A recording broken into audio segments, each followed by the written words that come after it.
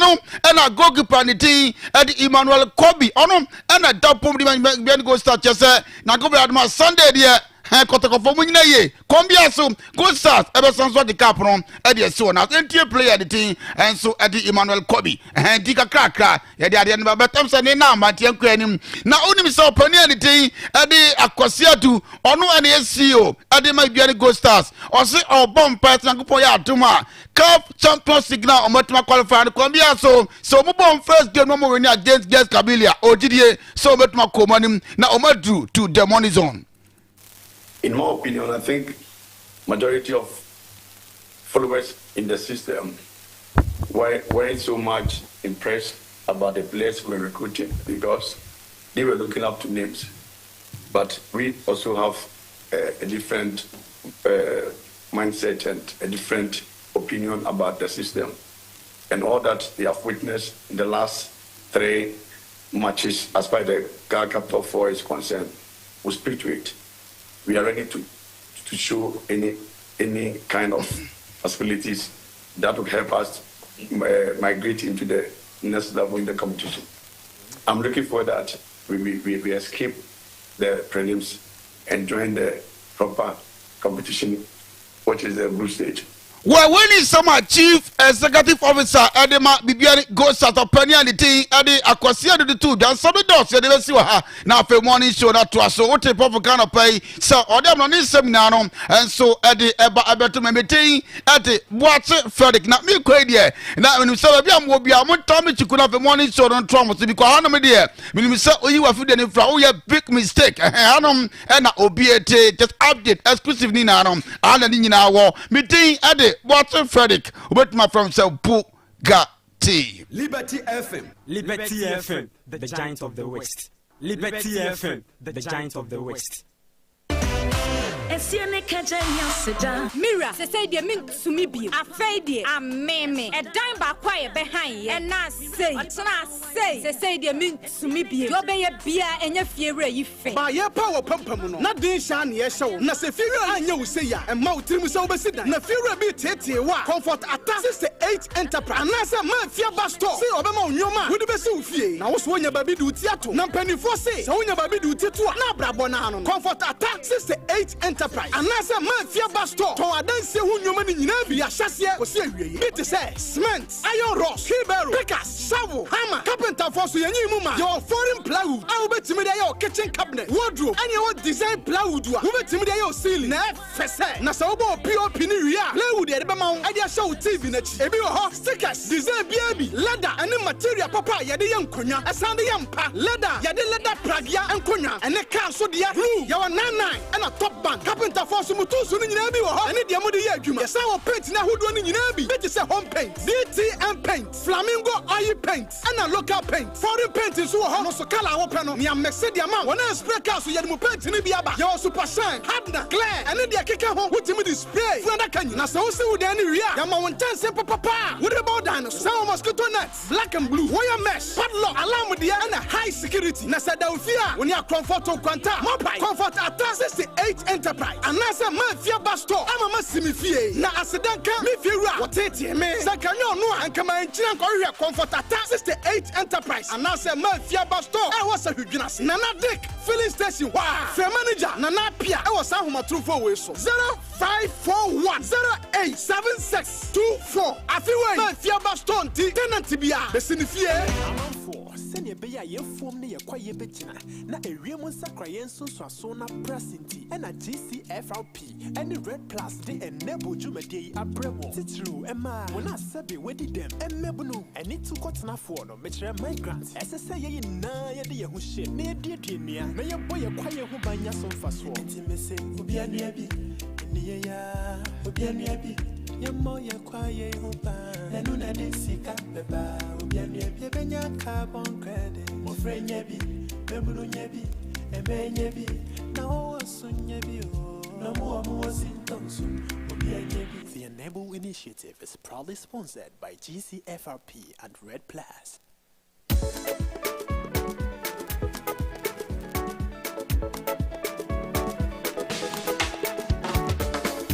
Apartment Omande she, a son of Kwampa, your first Sumian customers in tea, a Pam Few Bank, Abaya Bank here, Duduan Wajatum, Abe for Kwanya, your demand is coming now.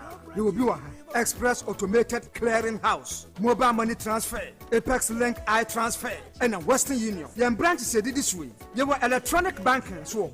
24/7 ATM services. Baby any, Sashiba Kwai, Sashijunasi, Asankragwa, and the Dunkon of Fame. You switch bankers drafts and a SMS alert here. A man who dear cost our account to Mono, and also come home. A Pam and Fura Bank dear. Yansamu, you were easy loan products, and my abandon my phone now less than 3 hours. Now it's a account loan.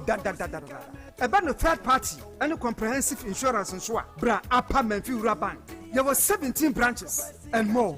Asankragwa, Agrammenfi, Sashijunasi, Sashioso, Sashibekwai, Sashaquantomra, Dunkon of Fen, Diaso, Babiani, Swamada Diaso, Yukwa Himai, Denchira Subin, Wasadrabo, Ajakamansu, Sashinzaura, Awasu, and a Fufrokra, Aswaba, Sashi, Asampane, and near Medidra, Nemfasu, Boom, Embra Usikaso, your head office, our San Kwasu, Freyan 0243 116 966 and 0244 948 600 Afi 0549 040 570 Apartment Fee Rural Yeni Mufretete Apartment Fee Rural Bank Yashumoda Me Junior Mengro Mabravo Hope. Hey! Now, when you not Joe Bagrosano. Now, dear, when you mean the Samoa, or what personal natural health care, so I hear. I don't know the many years say you. Best care, I won't 70 or 10 so Cassie more boo, who prostrate I can say, I'm on your drone some woman, and now in Passomerio. Say yes, stroke, diabetes, hepatitis B, pressure, 60 yadia, a future woman, and no more yard the whole door, any yadia beer was. Nessa one I'm a dual man, and no lady quite check up or won't fit ye pa. May ye not do much you could Nancy with double, only thing. Hey, I'll grog in it. Oba opesa hips and answer to a yak, see ye young Wodjuma, Sanso and as a stretch marks, Ajo with the Abosua, and also ye free ho. Berima, Obama sa na peso pejamon, bra, ye be pejamama. Ube who peske, ewo, Accra, La Paz, Nyamiche Junction, your Crown Prince School, no chiwa. Kumasi, G Runabouts, Medila Bajiwape, Babiani, a there's a human rabank woman, Serioso, and Pumami, and the Church of Pentecost, and the Dean Shenimu, Takwa, Roman stores, opposite Zenith Bank. Sunai, Ufri Kumasi, and KOTOKO House, Rex, Yanitotal filling station in the Dean Shenimu. Fre Peske, L 055 773 8555. Peske, quality hair. Sika Kitwani ho, Sika Kesio ho, and too much money suho. Telison too much money promo no abekra. What Telison too much money promo muno. Ubet me the 100 Ghana cedis. What debia da akensi enimu. 20,000 Ghana cedis. What na wakibia akensi enimu. And a 1.2 million Ghana cedis. What akensi kesia pa nimu. And no ye Ghana cedis opipim bakone ahenu. Reload the airtime keke. Nenya pointer. Ebe mwonya kwenya. Udi be dimkunim. Dial star 500 hash. Anako Telison play up. Therefore, we say too much money promo when we say ya. Too many as a shake a crowd at home. Telecel, connecting energies. Kwame Ash Shani Multi Beto, Gidi say, ever found and now for phone in the cheetah phone now. Or the best way for bet influencer, and your best one the fufra, a brought it and the code no. It's me money yesika. Cause do what chichen and Chesika do benya. Opia bet me a bet influencer. We a the fufra cry a decay and we are fanning in a free bet way. Kaisen Cheshaka Crow, Gaming Commission of Ghana Sasha say, one if you know chia and call betting when yansem. F-Pack ye dropa anu nama e setipa ye flu cold edikata ho yaw. F-Pack to 2 yawa e free minimu kura brofo friend no sore throat no.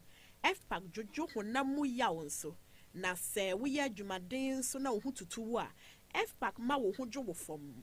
Sara na wono a epe sports akensi ahoro ni mriketu nso no se wo honam dua no ye wo ya. F-Pack wurawura wapo mu koma yaw no eye dini.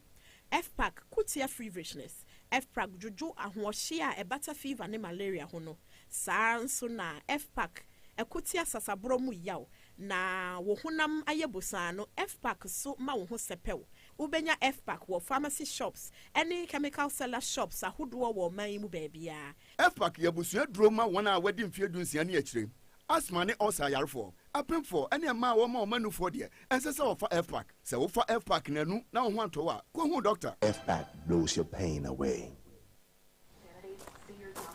Ma, Musaka on your manana. Anio, Sisiana rider na de buy, sending a momo. Yo, Paco, and your smartphone now we use. For momo app ni tuane. I didn't app. Hey, and you now so ye millennium or say millennia, and I won't need momo app no. Oh, millennium for ya dear cry.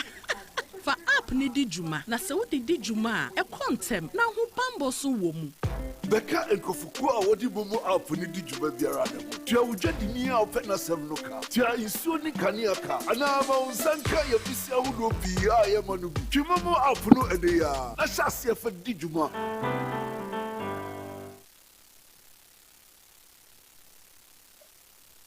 Wifey, nesana we active say. Ede kane wo be no am ho de nam ho. Oh. Jemi Razabren. Na minya araba bazen pills. Edu ma fichi cross wa nyo. Etimi ka me say dwe. Bosumi bi wo no a he emaye. Eto da ba etimi basi boom boom boom. Ebi nso wo ha. Minya tinka bia krasa me no be hia. Hode ne ha mi o. Oh, araba bazen pills ba ye. Ejisa haw ni nyina afri ho. Enne mo jadi me mu afri sane ye. Me moja so ne krojin.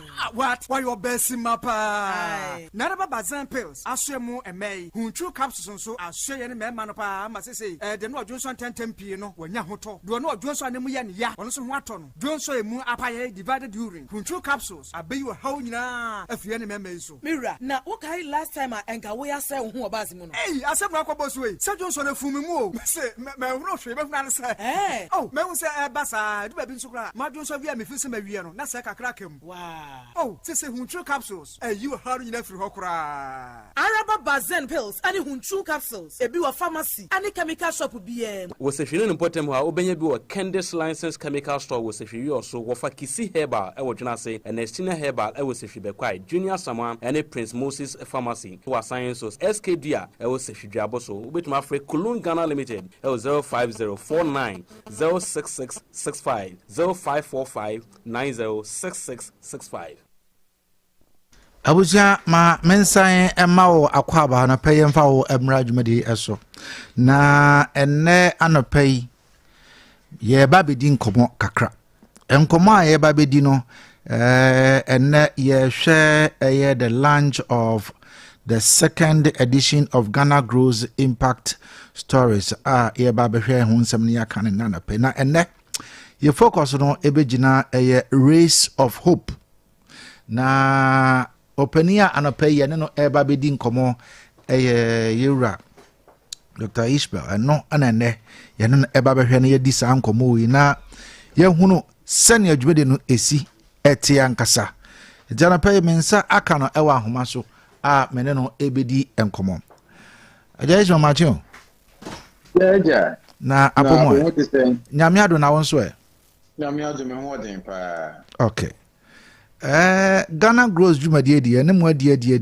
na afei na the second edition so no ye ba be free ase na enne nia esi ani so a ye hwe Race of Hope ye ka Race of Hope ye pese ye chese yo mimi amedawase na medencha kese emetifo a omutie yensisie ene bebi a liberty ahoden dubia no for na the din kind say your impact stories in the yes Ghana Grows program na se no na emebuna ye ne wo mudi nkomo edi dwumen no mte ase no mudi wo ho agiga agriculture any vocational skills de mo no ana ye din kan eye book baako ema wo mo a na no na ye 200 stories yes, these stories may be impacted on the lives of young people. It's no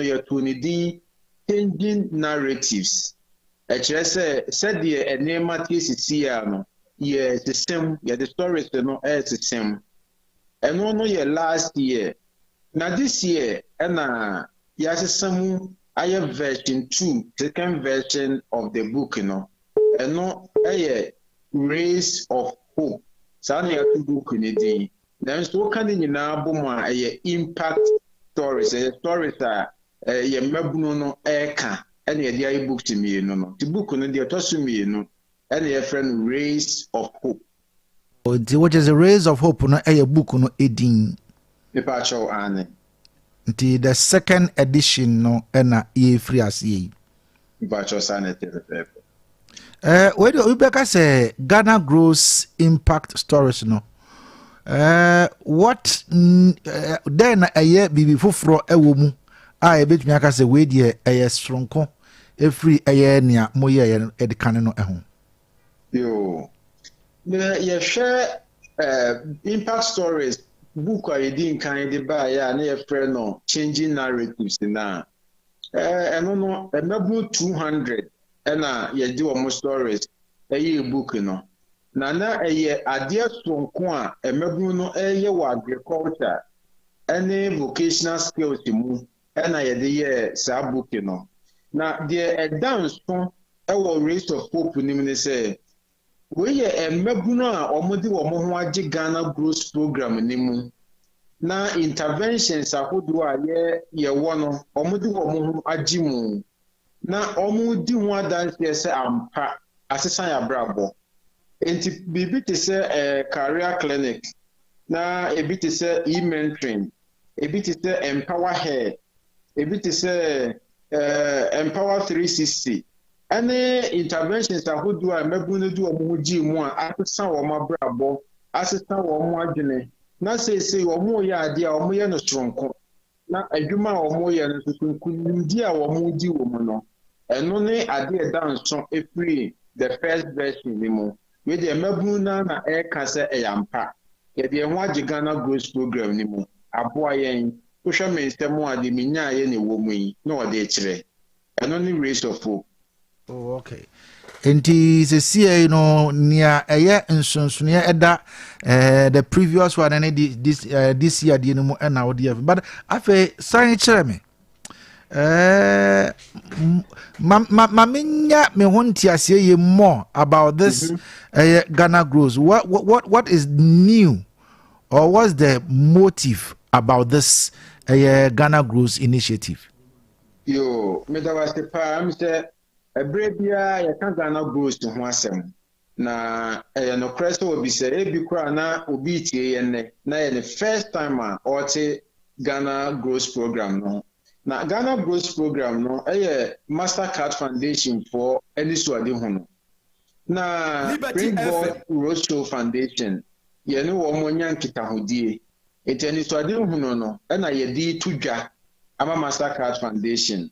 Na eni swadi hono no na ye frɛ no Ghana Growth Program. Eye program a eye na eye ema ne mema na ye nuanu mu a akankasa mu ye beka se omo honamu demdie anase timatuo bi ewo nipa no ho eni padua ni mu no omo na agi program na ye na program no entintim manyina ne se ye mabuni ye teta ya adwene mfa agriculture and vocational skills ho oba na abofra bi o ko school ana wanya kwankwa nko school a na agriculture de on person de no ho baji mu kra o ya wase eye fom dwuma entonyo no na ekodo na nso agriculture no ntesa enye no nko ani agriculture no na nsa no dwuma nso no nipa ne percent ka owie a onya office bit na ka air condition bono na nso ewiase na move from every honomo e de akoye nim say ye pa ye pinipa o wonsa no dwuma. Enti Ghana Growth Program ya ade ya di chechiri mama mbebunu no asesa wo madwuna fa adwuma sem ho ene ade abroni be frɛ no entrepreneurship na ɛhɔ no mo na sesi wiase no aduru ɛhɔ no nso na yɛpɛsɛ mbebunu no yɛpia wo bia di ne koduru na wankɔ fakrata ne nam sɛ wo CV obi mfa wadwuma ansa na watimi adi nkunimu abrabom ente sakra.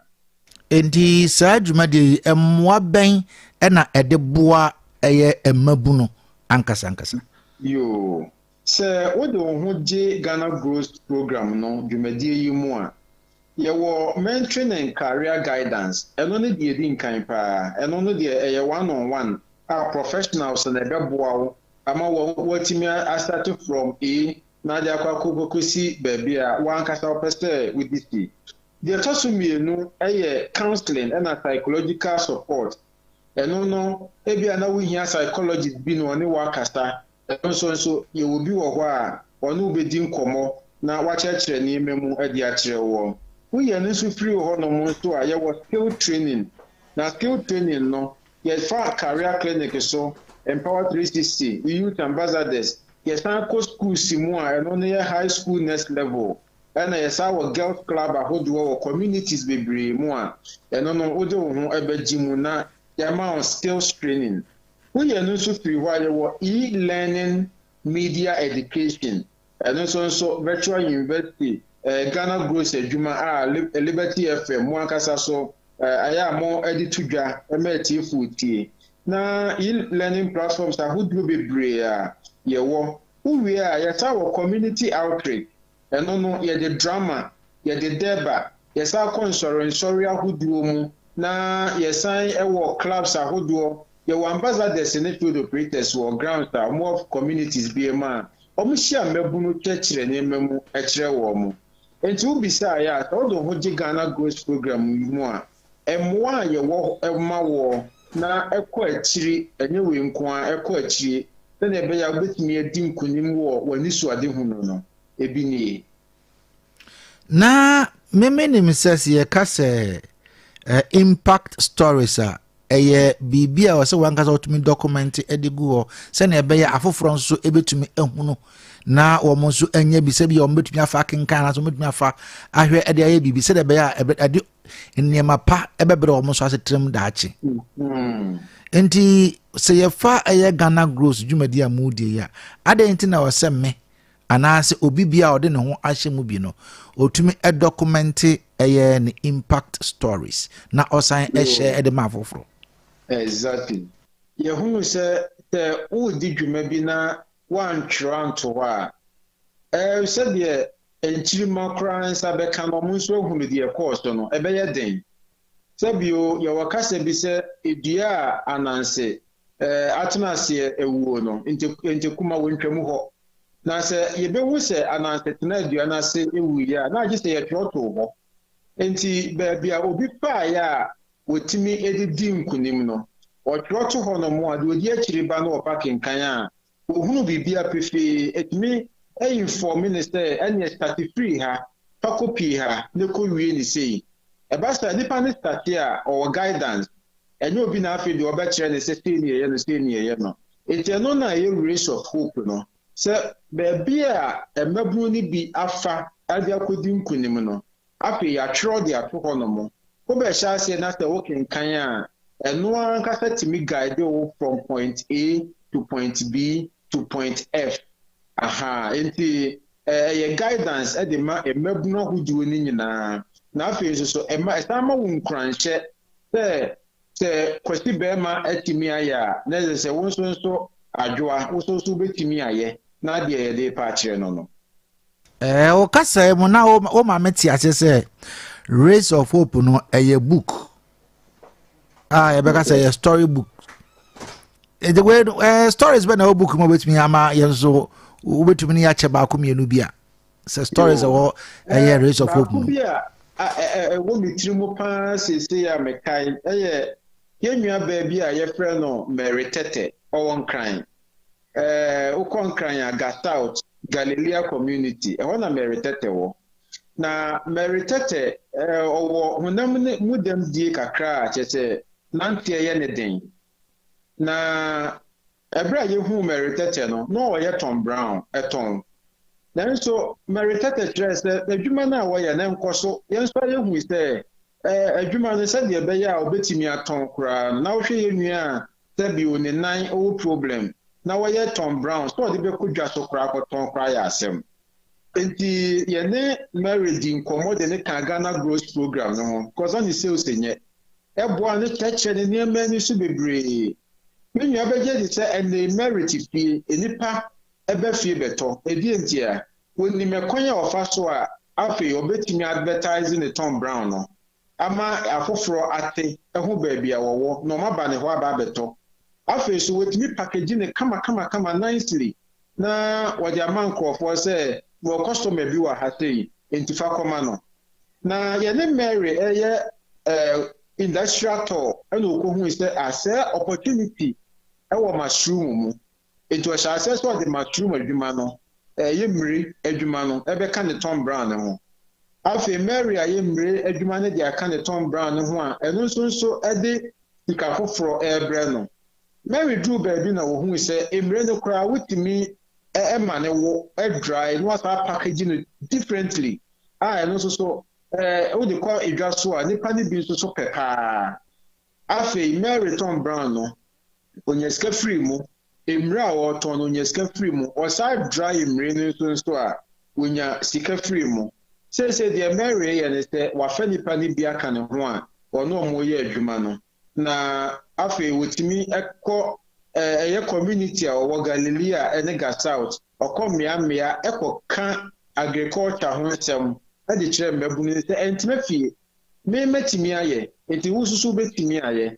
mmabunu a wɔga South sɛ wokɔ atete ɔmo girls club ɛne clubs ahodoɔ groups ahodoɔ a ɔmaka ɔmo ho abɔ mu sɛ ɔmo bɛyɛ agriculture na ɔmo nso sɛ nya nsano dwuma na aboa wɔ mo ɔmo antena hɔ ti wohwɛ Race of Hope book ni mu a ɛbi sɛ Mary deɛ no na meji deɛ di adanseɛ de ama mmabunu sɛ yɛn nyinaa yɛmpɛ book ni bi na yɛn kenkan na ɛma yɛn tena hɔ sɛ yɛ twɛn adwuma bi ama abɛto yɛn eti me Mary story me highlight Mary story. Okay, na o ka sɛ obia empɛ book de bi na on kenkan enti saa Race of Hope book yi sɛ me pɛ bia kenkan na sɛ obi pɛ bia kenkan a ɛhe ɛna nipa no ebenye bi na dance na nipa no betumi aka so me pɛ bia kenkan mpɛ sɛ menya nimdie bi ɛfa ɛyɛ Ghana Gross nso so ɛho a ɛhe fa ɛna menya saa nimdie we ɛne book nim bi da kenkan.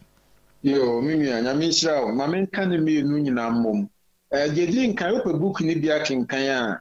Obekɔ Springboard Roadshow Foundation website na wakɔ download you de kama.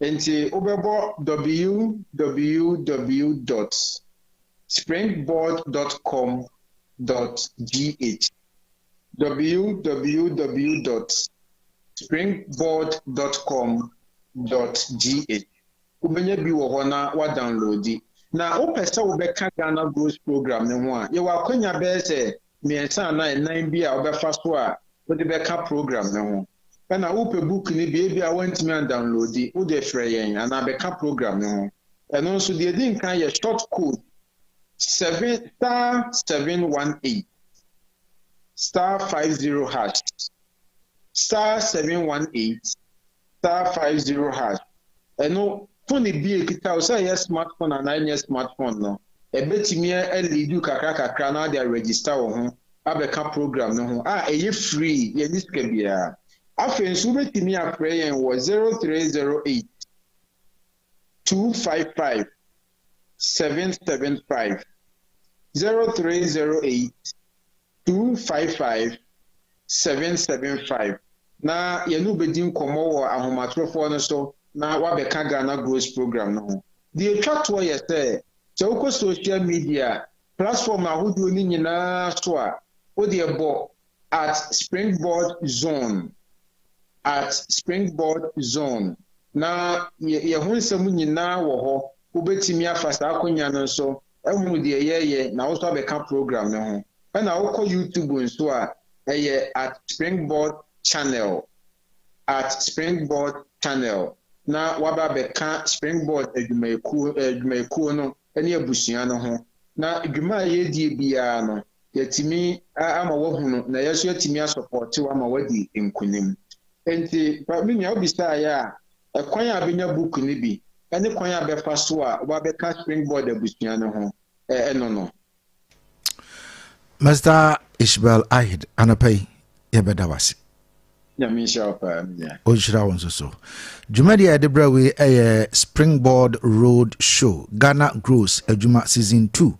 Den fiti ase no na ya pa hontoma ene anopai ewo jumadi so. Ya da asesa so je bra na utie yen. Ebra so say ni amanyafo no ebesi nkonya but anopai ma menka o say V1 Professional Smart Glasses no abadwa so eye papa na ne bon so yefo wonya ede sa glasses yi ebo a wobetumi ede abonyom wobetumi ede a receive a make calls our voice assistant wobetumi ede otwa photo na chargeable man mema nyina use ndisi wani je hu bidi abomode na frɛ 0243665188 saranso ena anapay wotimenkan McDonald's Ventures ɛhɔ ene yakwakɔpenta de pa ahye sɛ woyɛ ɔbaa woyɛ bɛma entade ene mpaboa hodo a wopɛ nyina abuso ɛwɔ McDonald's Ventures ɛhɔ no nso nyema no ɛfo esanse yesan etu eton wopɛ ɛyɛ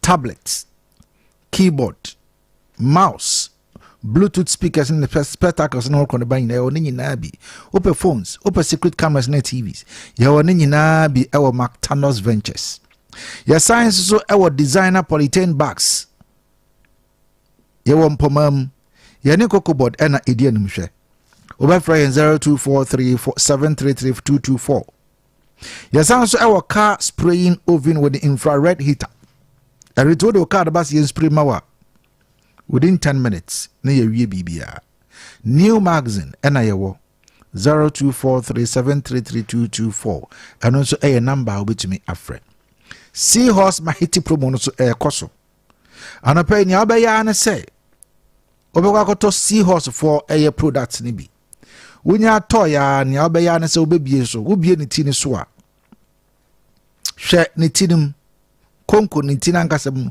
ube wohwe ma obon say achede bi ewom code eka ho send the call number na eka ho no eso eno no paying crying instantly nia wunya ya na wonsa ebeka ubetumi enya achede bi 50 Ghana cedis ade akwakosi 5000 Ghana cedis ubetumi enya mobile phone ubetumi enya iron ubetumi enya fan fridge TV na ultimate price no abobo ya entinchire mu bi a open for 0540 424386 0243 218566 Naka I said National Lottery Authority and our more approval this very promo. Seahorse Mahiti pro bonus do be as a picking crying. Budi ya na unsaka. Nemo mo oba ni monyam ene ni 3 minutes dada nyina me catch the oba bi ase. Siesie otiri homa otiri ho nyafe. Oba se otiri ho ofa wo price. Enti opa bia pa e betumi abo otiri homa otiri aye fe dia ma ode a.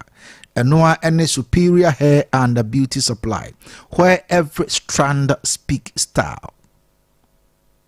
So opa eye relaxers ahodo. Obeye treatment ahodo. Ye ni nyina ewo eye superior hair and beauty supply. Styling tools ni yetunton bi. Human hair and synthetic wigs yeton ni nyina bi. Yewo eye weave bundles, shampoo, conditioners and have a living. Ye ni nyina ewo eye superior hair and beauty supply. Anapa no wotwe ye bi ye pono. Ndisi amena wakasi ye mo bi omo pono deda. Omo ho akosi se eye animre no nsia. Oma hina bro san ne mu ewo eye dwunase e na wo mo wo. Wo mo eben eye Adum Coaster. Frɛ wo 0242449977 ana 0555568100 anapɛ wo mo nyina ɛkan ho ɛbɔ akidom ɛna yɛde dwumadi yɛde ɛbrɛ na wote menka sese mesrɛw ɛma wo remfi one was the bros phone ɛwɔ ɛyɛ dwunase phone papa efie Enwa and the Bros Phones service. Open phone papa edi akura. May come for the Bros Phones service at the amount. Quality phones and quality gadgets and your tongue ever Bros Phones service. iPhone na ope. Samsung, Nokia, laptops na munye na ope. Phone glass, protectors, phone covers, power banks. And bibi biara a efa phone hono de the Bros Phones service and ye come for the amount. So you also gina say and ye wo boadaka bros and so hot ma say the Bros Phones service 050 0550 981107 0550 981107 and 0543 531524 the Bros Phones Service, quality, affordable phones and gadgets. Saranso na God is able enterprise and a person in country say, Ope eye fertilizer papa dia enye enwa enese odi woni BECHEM ewo God is able enterprise. Yakwa kofa ekuafo agye nkwa organic fertilizer edi abadwa so. Okuadi brama magibi. Saranso na ope eye POP materials, say POP cement and the fiber, ye woni nyina bi. Ubehunu eye God is able enterprise ewo eye Sevi also Junasi Abasi and a warm ewo. Fra 0245648889 and 0557791530. Abraso say yesinkonya amanyafo no aye krado ewa ha yebebo wura nsem ne yedi nkomo after this break.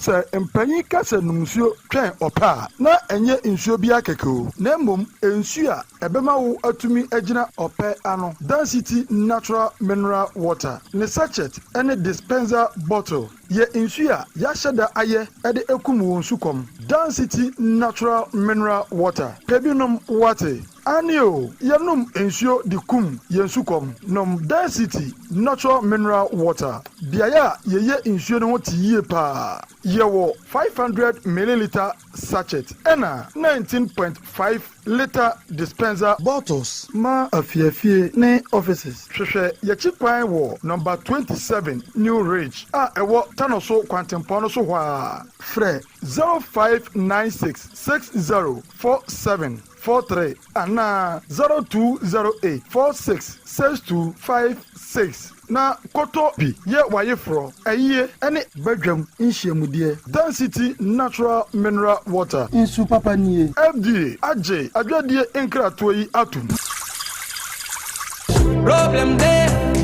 Me catch I was say ranking collections me the leading boutique in Western Offer now di machinye ne suruma prowa wona na ka asem kyerɛwa nkobi sa maame ranking collections why say prekasa no yiri free nkwanma nkwana nye de mema hu nneoma de free wutiri so enkosi wo na ase ye ton mema hu nneoma nyina bi beti say I check shells quality jeans and knickers slippers boxes watches store set half shoe and a full belts bola tops and mema ni man nyina she boxer and mema ye de say ye ho no ni nyina bi wo ranking collections nneoma yi ayo original quality camouflage beti say Nike Air Force, Jordan, Waffle Bikaho, Mama Hunyuma Yinabi, Wapa Tadia de Bako office, Udakon Wajuma Bia, ranking collections, Sabwa, Sabama, Woko wedding, engagement, birthday party, sorry, Hunyuma Yina, ranking collections, Mama Hunyuma Kwa, ranking collections, once a meeting, Sari Glasses Station, GPR to you, Amabro Sino, and Zara Station 1 on the second floor, ranking collections, our home, and a Sahuyo so glassy, a team, one Ginasa Hifiano, and a boss of pay, Frasama 248 0544 4614 ranking collections by quality pay less.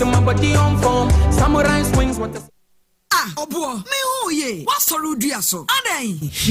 And then me we yabo. Doctors menya hepatitis B. And you know what? Oh, hine yire. Doctor Akosia Dia. What power specialist Herbal Hospital? Hey, ye dear was Sanya Bini. What hepatitis? I hear someone word on Kwang Krong. Nancy Bibi for Kwa can say. One of the hepatitis award. What ya to be America? The UK Bruchimem. Naka so Jenokwa. Sir, na fatally van fryer donchon. Ebeko. Prostate second part to come bosso and all set it sewa sekoto January gosokosokra fako power specialist Herbal Hospital oh we drankasa enye wenkwa osa yede hodobi oba unchira me hose mebre kumase wo fe yes lebosomchi road Jasbro filling station opposite Enkran kwabenya pokuyase SCP kwantempone so takrade anaje estate anaje MA primary school nhanimu telephone 0244 544 422 0200383831 WhatsApp 0555797878 Power Specialist Herbal Hospital your last stop. Abusia ma mensan emao akwaba anapay emfawo emra jumedi eso aha Liberty 92.7 FM so na ene ye babedi enkomo ye nkoma ye babedi no ye ne amanyofo na eba besi nkonya with me this morning Emmanuel Opon owaha for the NDC or a member of the regional communication team. Yeah, MPP rep no Emma Meka yensa, but oba yɛbɛma no akwanya mmɔ no nso ɛde n'adwenkyerɛ abɛboa yɛn ɛwɔ dwumadie so. Ima, good morning. Good morning, Raka. Na ɛte sɛ nyankopɔn adaroma na yɛhwɛ yie yɛda so mogya di afusia na ɛwɔ yɛ mu na tɛkyerɛma da yɛabɔdwe mu deɛ yɛwɔ nkwa yɛbɛka sɛ yɛda nyankopɔn ase ɛnoa ne hia yɛwɔ nkwa na yɛwɔ ade ɛnoa ne hia. Anɔpa yi na yɛdi nkɔmmɔ bi ofidie mu ha se na ɛyɛ me ne Mexico na yɛdi saa nkɔmmɔ no ne nyinaa has to do with ɛyɛ minus a wɔn ɛwɔ ɔman yi mu na wɔn ɛde asɛm abɛbɛto dwa. They are appealing to His Excellency John Dramani Mahama sɛ dollar no bibia akɔ akɔduru no ama wɔn ankasa nso no wɔn ho ɛkyerɛ wɔn ama wɔn ntumi ɛnyi chop money kura mpo ɛwɔ fie esan sɛ His Excellency wabɔ no ho mmɔden wayɛ adeɛ sɛ dollar bibia na ɛwɔ no wɔtumi ama n'aba bɛgyina ɛyɛ 10 point something a ɛkɔ ɛyɛ 11 cedis but wɔn esu sɛ nka His Excellency entry man nkonkuduru bɛyɛ 14 cedis sɛnea ɛbɛyɛ a wɔn nso no wɔn ho bɛhenha wɔn san sɛ wɔn akatua no ɛyɛ in dollars into wɔn convert ba ɛyɛ Ghana cedis da na kyerɛ sɛ dollar no so ate nti na ma wɔn akatua no so no ɛso ate into wɔn ho sɛ nka wɔn mpanin mpagyam ma nkonkuduru bɛyɛ 14 cedis sɛnea ɛbɛyɛ a ahoyɛhia wɔn mu sisi ano ɛbɛfiri hɔ. Omade shedi enimide tu wanim nka wobeka che His Excellency a obeba na money say well Adeakyia ma mencha me regional minister we dwumaso a obodi aboa e honorable Petu Bentum na memfa de edi so na ama e honorable Kofi Afobente the humble servant oba dwumaso e de aboa constituency say we also to be precise afi honorable Jesse Dominic the MC of Kayaso Municipal and open Mechano afe mencha me boss Honorable Collins also answer Deputy Communication Officer I must say also constituency na afe mencha ye communication team na ene ye friend say ye serial callers na afe the last next one I'm calling my as the host and the last one memfa ma etiefo nyina baby bia liberty ekokodru bia no pai NDC edenchi asronko edemom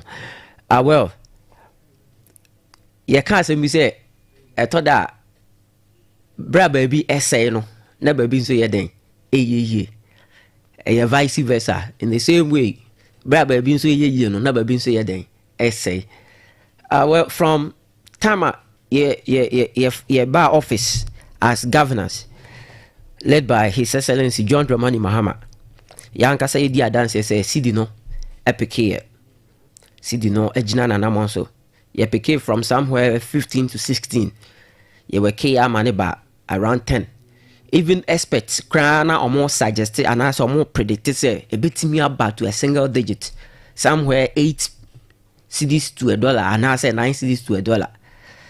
But ye bekaya His Excellency John Dramani Mahama ebeka asembi okase se yetimi weke mane ba single digit nso a edu ba bi nso a ye export ahodo a ye nyina nso ahokyere nso be den ebema ye sika e wose ye nya ni nyina nso be etimi eden ate minus se bi omo so ye Ghana for that is what they are also saying say CD na I appreciate you too much no e ma ahokyere den aba because omo the dollar na eden etu omoka but yenhwe in a holistic view say yehwe for minus for den kwa yemfa ne say omo epe na ebia ye de dollar ye den etu omoka a enti CD na appreciate omo ye den e kire omo ana omo kikam say omo ho kire omo but then say dollar no CD no ahoden e ba form na say dollar no mum de epeja yenhwe the consequences of it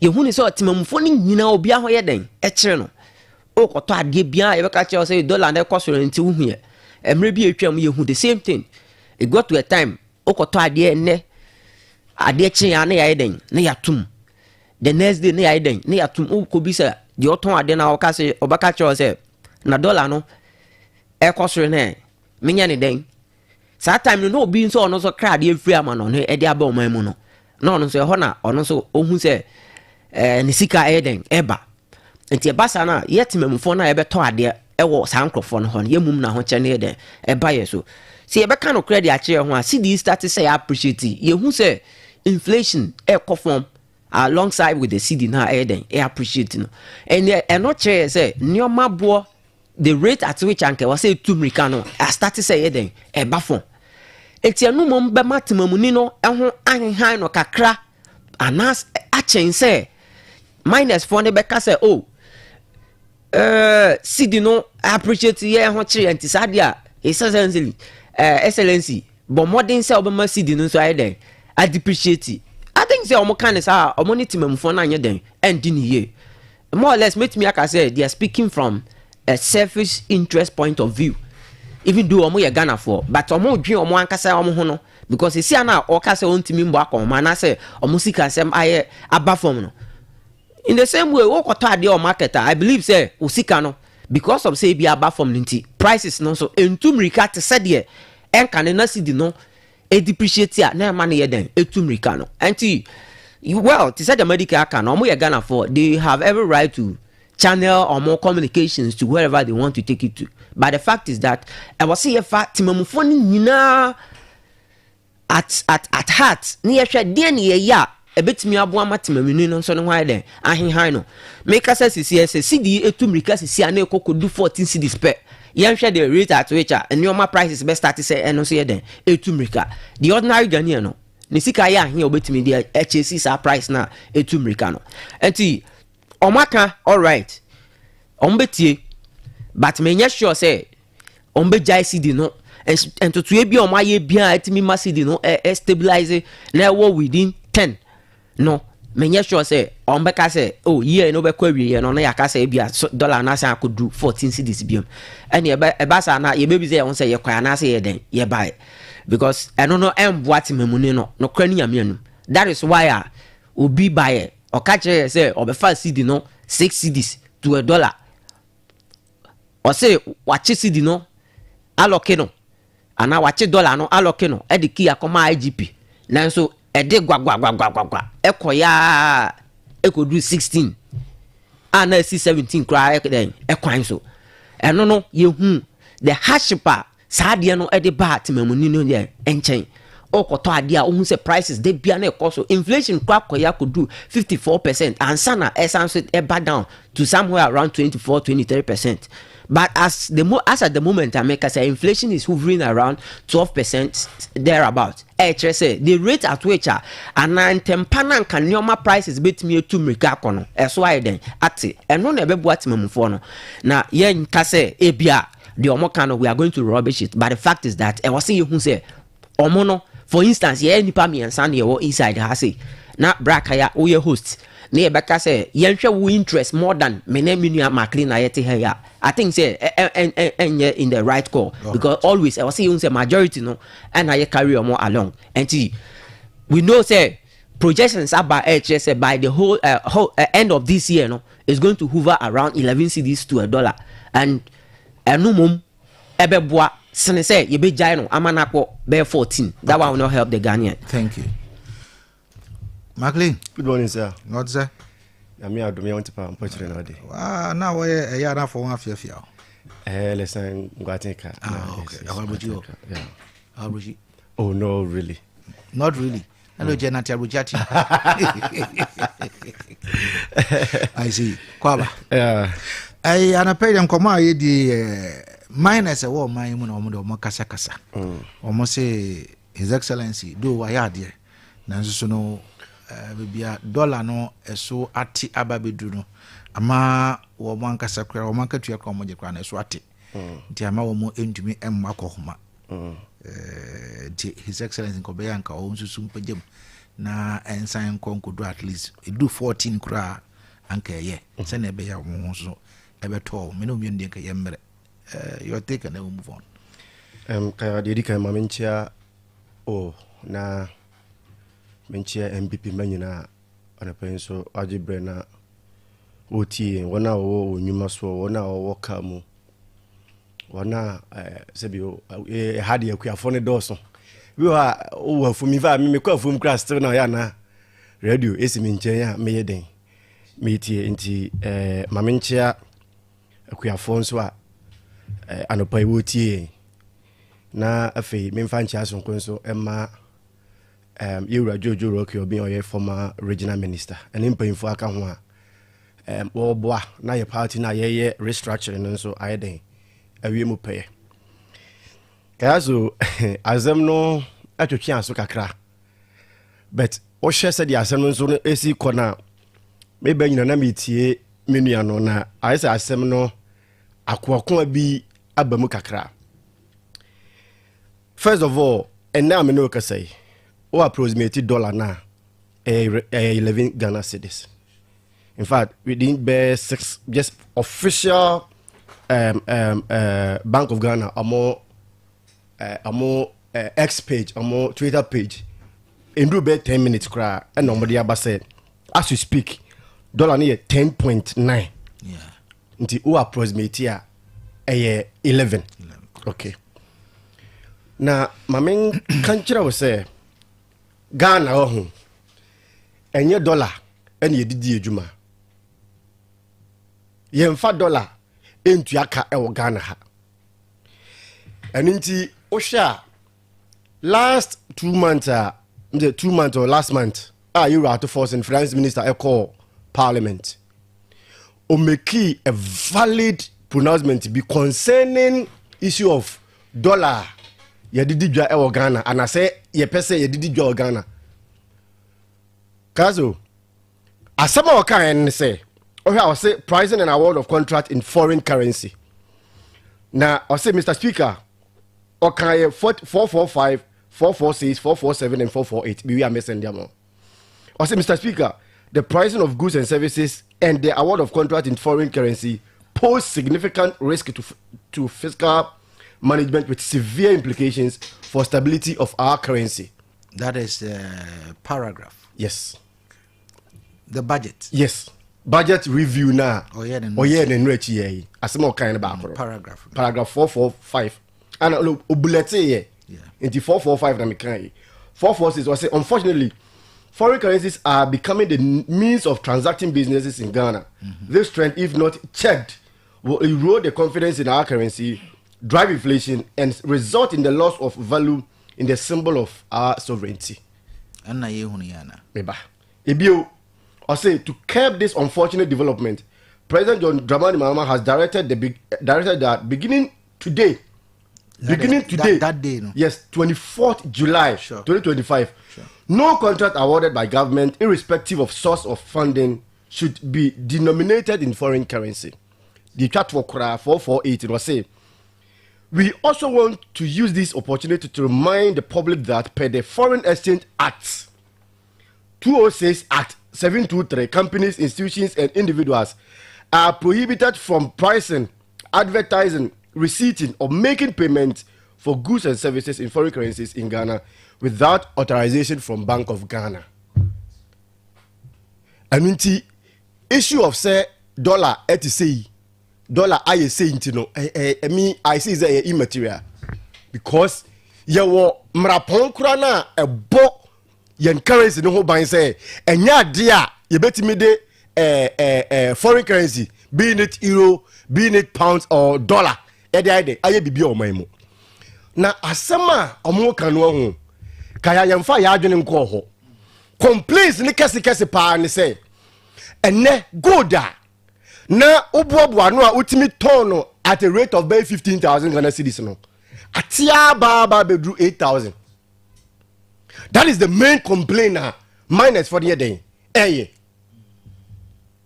abai won say who be your company and also betua obi sika dollar equivalent enye o man your minus said yes say de ne yeden ye bra because as a country yendi dollar or even ECOWAS countries are West Africa, South Africa ha ye typically di one currency but onim say uko US do omudi dollars and uko Germany omudi euro but what the dollar to ya de ka ye den ye je enti minus ni mom ene omubu afu say gold a ye told this rate ene ense say aban ne dia ba wa chechire obi ansa gudachi say yemwo boy gold ano na yemfa ye den yemfa nkoma adwumakuo ba ko pe na adwumakuo ba ko na ono so ye de kwa akoma no price a ono pe and obey obeto, and that is clearly what they are talking about. And then she say crash say okaya oti we menka we yaw say o ma me eja wa japade e gold kra na ye say you say e wo ho a e illegal. How wabusuani na wo papa bi aje wa japade a e gold and aban say gold e wo ho a wo de tu fie kra na illegal. How? And yet you will be a sagunachi. Say me what capacity cross a metal go da. Mean to be talk because ya boa 2 million yinano and I had aqua day. Yet aqua said the pabakunza. And I say any pabakuno so quad yabanokaya. Sika, I say crown some and son what me I did that. I will go to Ukrano. Menum, yes, so I say a bit here, Ayasada. And into gold for some more cane. And your dollar, some more to I can. And just say me who correlation. Because young fat, and rich, ya, you're too cocoa, me and I can go once a me. Complaints and excuses and lamentations say, I am and say, dollar. I want my same just so. Aba from anti-cocoa price near day yentu. Meanwhile, it's on record for the finance minister to say yendi dollar huja and $4 any day and to be organa. And for you to sit here say a dollar and I depreciate and unti or market to yamo echo from near. I don't mean how the whole thing is supposed to be. But it's all one account of myself. Nebo. What's one localism? And I've pointed out to you, say, there is no single company our Ghana ha. Yamara pono a man who coin. And it's the Yamukan and no and void. Yawa ata a bought companies who buy. And let me read it, you know. At 2006 at 723. And what is the issue? Say, Obimana complain, say. Ya the dollar ne tuameka abra minus okura no e prohibited and now mine nyintum say ya the dollar ebedidwa ya the dollar ebetu obika. And if they have any grievances and I say bia issues are omo raise here, the best thing to do and they say companies no mo ya adwuma no omo be den omo beto omokotu anim, and that should never be even allowed. Say somebody is demanding say dollar and you reach me kanti say dollar depreciate here and ya meti me akos wanya sika yeden I will be say abako homa, because clearly the laws are very clear. We don't even have to even so discussion wrong though they so if I'm hearing you rightly, it is more or less like we shouldn't even entertain. Of course, yes. The reason being that say uji aketua na nipa na oneni ye adwuma no say supposedly dollar na do bet your car. There should be a convention. On country say make your car say na meet your car say ya, and the issue is say dollar no cost 20 cedis. They will come and complain no. At least my nationalistic kakra ya your mind. Say obi on mind no dey bia make say say ho to yanya. Sa ko ka we mu nyina no enye den. Emba. Say dollar kwa bedu 1 cedi a. I mean higher. Niema wo betimi ato, niema metimi ato. Eno be boa mo man na den akonkan. But I am trying to say gold fu a omo kasa say dollar na aba from no. It has nothing to do with a kwanya obi betu obi ka, a kwanya obi betu on the gold. No price na decline. That is what I'm saying. Because we did last year. Now uton gold the same quantity no utonwa. Say bia minim gold nim say kilos or mo measure in kilos or measure no in whatever. Say if I say kilo I pay 15,000 Ghana cedis and then number 7,080. The reason that ni papa ko acheche obi ansa gunachi na the last time I who say even at the gold board almost say akere say who gold I say hey nti say bi o ohini bi ti baabi na wabedi akonwa na say wa japadia of that sort okoya will say a illegal possession of gold. I mean, how? What you are saying is right, but to what is being discussed, it is the minus. And I agree with what you just said. It is the minus. Those people I'm talking about, they are also minus. Gold people are I agree. I agree. Gold board, wine, but this one is the mine workers. They are complaining. And I make us say, more issue no crano. I find it quite problematic. Say you discuss it for now. Mr. Stanley say, woman person be discuss second is about public. And I make us say they are once is in the public domain, and they are entitled to their opinion. Sure, their opinions. And that is why I'm also saying say it will be an issue of disingenuous. Say Yebeka say on whose part? On the part of Omoka say Yema dollar nenko animu na yenju omukayi. Yes, okay. Because I mean it doesn't add up. Sure. Say Media Kakenda, anything a mema or preamble say, sad discussion with Krano, sad dollar say, because on my mukrano, omo grievances be a among channel no to omo company heads no. Say akatu amodi tu amono, omo convert say bia ubetu ameka 20,000 a month. Fair. Yes, I understand that one perfectly. And I will agree with you. Because you want to Obiabe okay. And Kaya, this issue, me what is important to me. And then minus now, omo daily production, omo cost involved still. I was through, but omo production now omunya gold no omo kwakoton so price and also drastically higher declining. And it's an issue of say, quite fast wa sa issue na yema monti as say.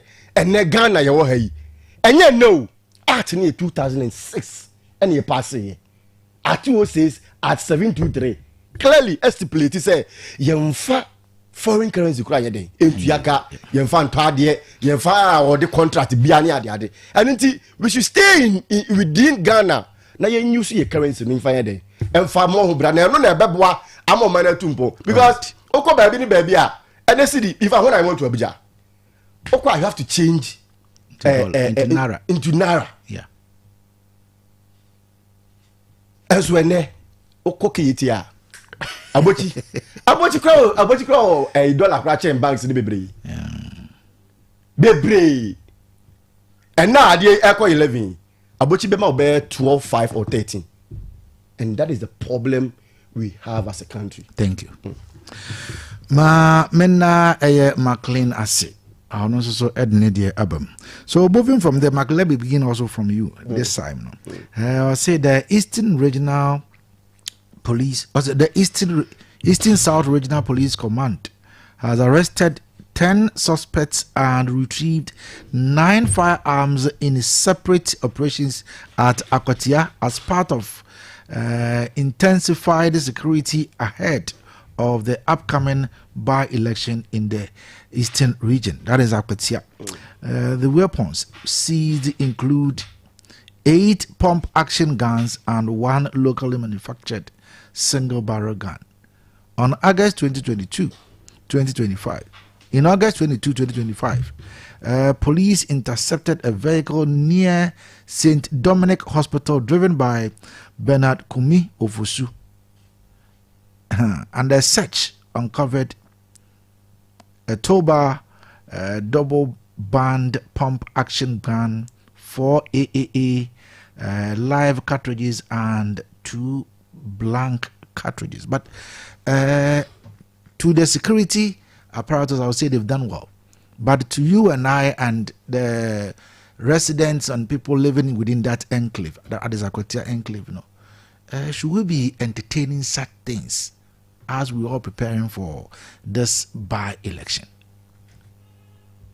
Dedika mamemfa shedding sonko Emma Yura and Kumi Nabusia for any MPP for nyina as say he was on the ticket of the MPP and Nyankopon eto ne nsa frɛ no na it was quite unfortunate, very very unfortunate.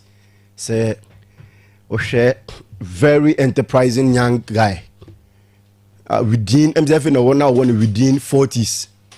Na obeshere ne nkwase ya na eya sama asefem eya na kaya eya sama eya because Oshe nsema na ye kan fa ne ho na onye obi a oyare ye wanyare na putupuru say nakoma in fact basically no the kan fa ho akwakotie say the ntie wuye ni nyina ye rumor unless say ye the autopsy no and a report extensive one or conclusive report aba say owuye as a result of this particular issue and yare we Kayaso akwatia by elections any police for say omo akwache ebimu omukura etua in fact report no me in fact me kan no manwie because na meba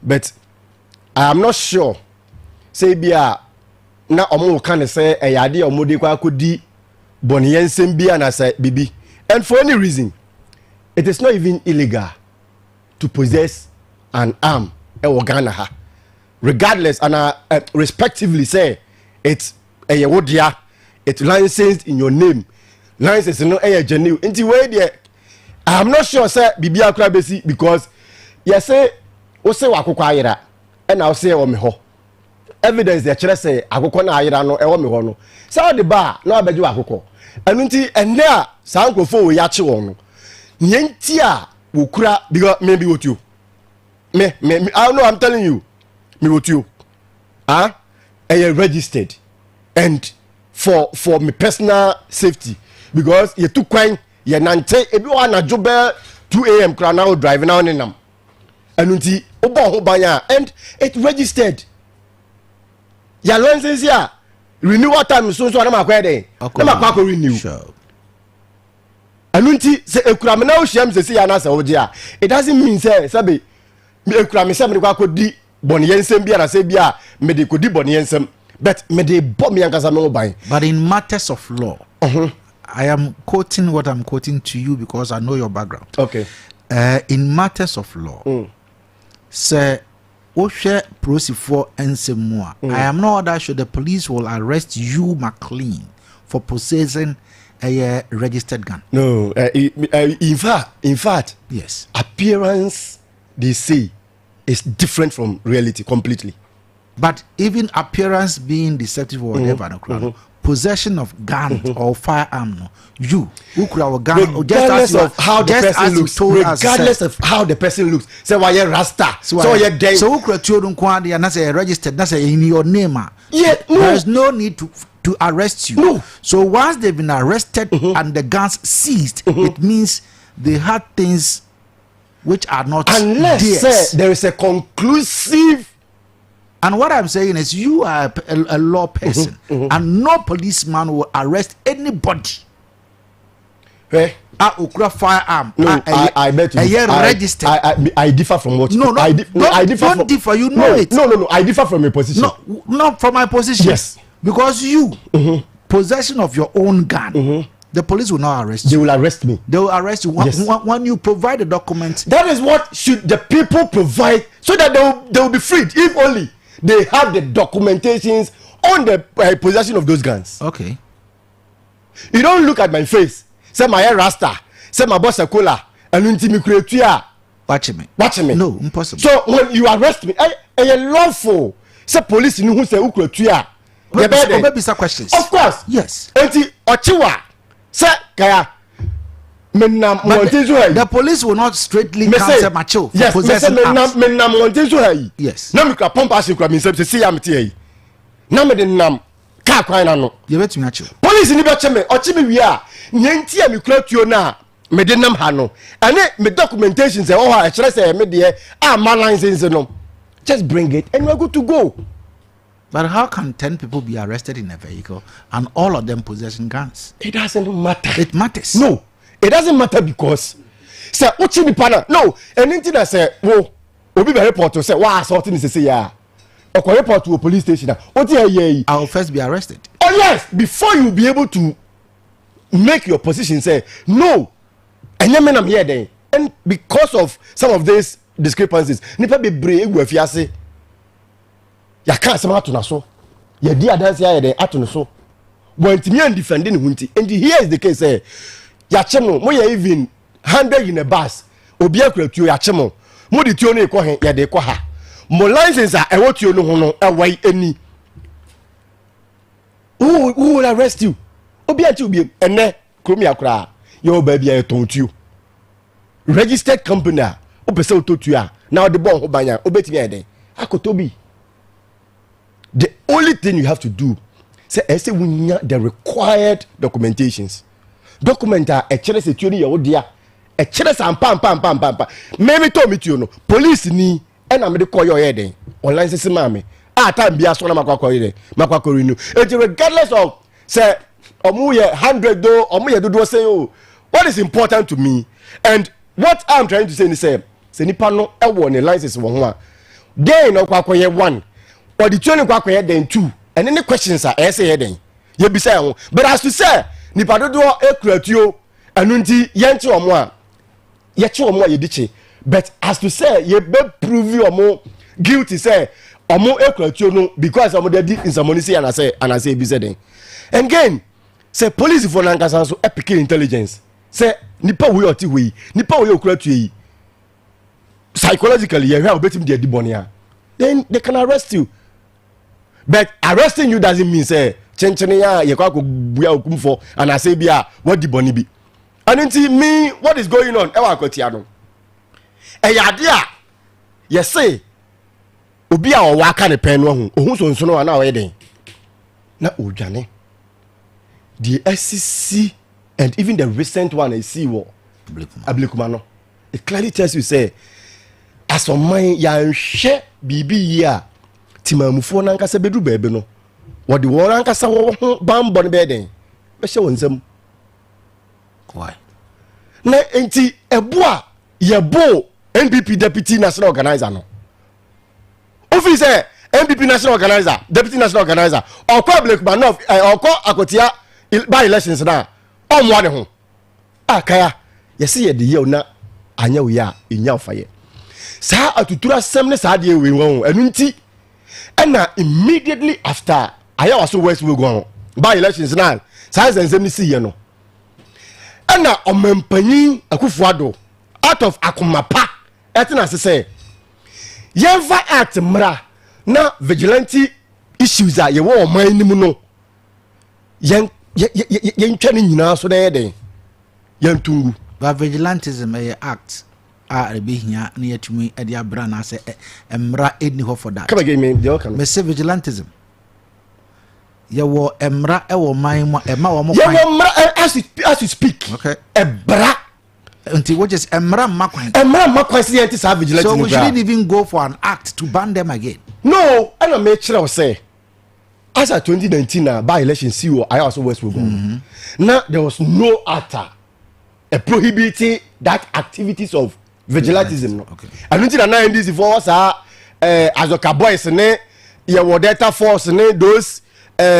invisible forces ne sa de no but NDC was azoka boys na NPP nso oh invisible force okay and I have mentioned men kan say waka bon yes so be and until yes but ye we Akufo-Addo out of akomapa say no abatoɔ ɛyɛ adwenkyerɛ ɛsan sɛ yɛ mmara pɔn constitution no ana afa bi ɛyɛ rule of law ɛma obiara ho kwan sɛ ɔnyɛ ɔnkɔ ne nnwuma so ɔnkɔ baabi ɔkɔ biara ɔnjoin ne political party bi ɔpɛ ɔnkɔ to aba at a given time no ɛno na ɛsɛ yɛ den yɛgye tum ɛno nti ɔmo yɛ mmara a ɛtia sɛ saa akuakuo no a ɛtuo da ɔkɔn ho ebi mu kura nsekan ebi mu kura saa adeɛ wei no yɛn soso so Ghana ha biem ɛno nti ɛnɛ si ehu se saade no kura ho a ye mara pon no kire se yen den ye nchew na ye sa act ni wie ye no ye ko ba election e okumawu problem bi ama and ye ko ba election e wasen I was in a sin and the NDC for be ye wo asen no ho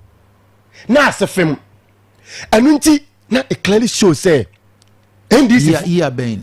Oh, as a time Jati Kwesi and Nanado. Yes. So what did Nanado do? What say? So I was saying NDC for be year. No, sir, I am telling you, sir.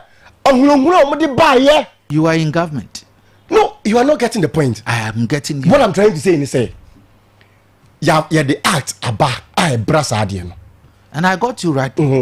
But you are saying say Niema NDC for be year whilst you guys were in government. Kaya na enye Ghana hani we ya. McLean. No. Ghana hani ya wa uchi obi ene.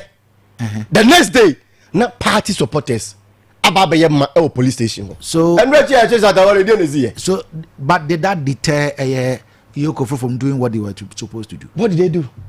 They cut him and he was granted bail. Yes, I'm sorry, I didn't say idea. Of course. Yes, so he's been granted bail. But that was a national security threat, a problem. So did you see MPs no call want to miss error as a national security problem? MP no call. Yes. The MPs who went there, Yoko, when Wood to me was arrested. I don't know a security threat. How? I am asking. No, you see, situations one. Yes, sir. Okay, videos now. MPs no quiet. No. They were calmly sitting on the floor. But Satawale issue no. We are near man that air police for piano. MPP ni ben parliamentarian ben who say police in piano. They went there to support to me to demand say nipa na wa keeping no this time no. Ya mra pon no ma ho kwan say uchi obi a sa 48 hours no ye den. Unyi no. That is what they went there to do, and they were calm. But and let's say we videos now. I be one videos no. Sa nkofo a utimi say I say de bi ne ahodim bia after some person many police follow quiet there. That is what I'm talking about. Okay.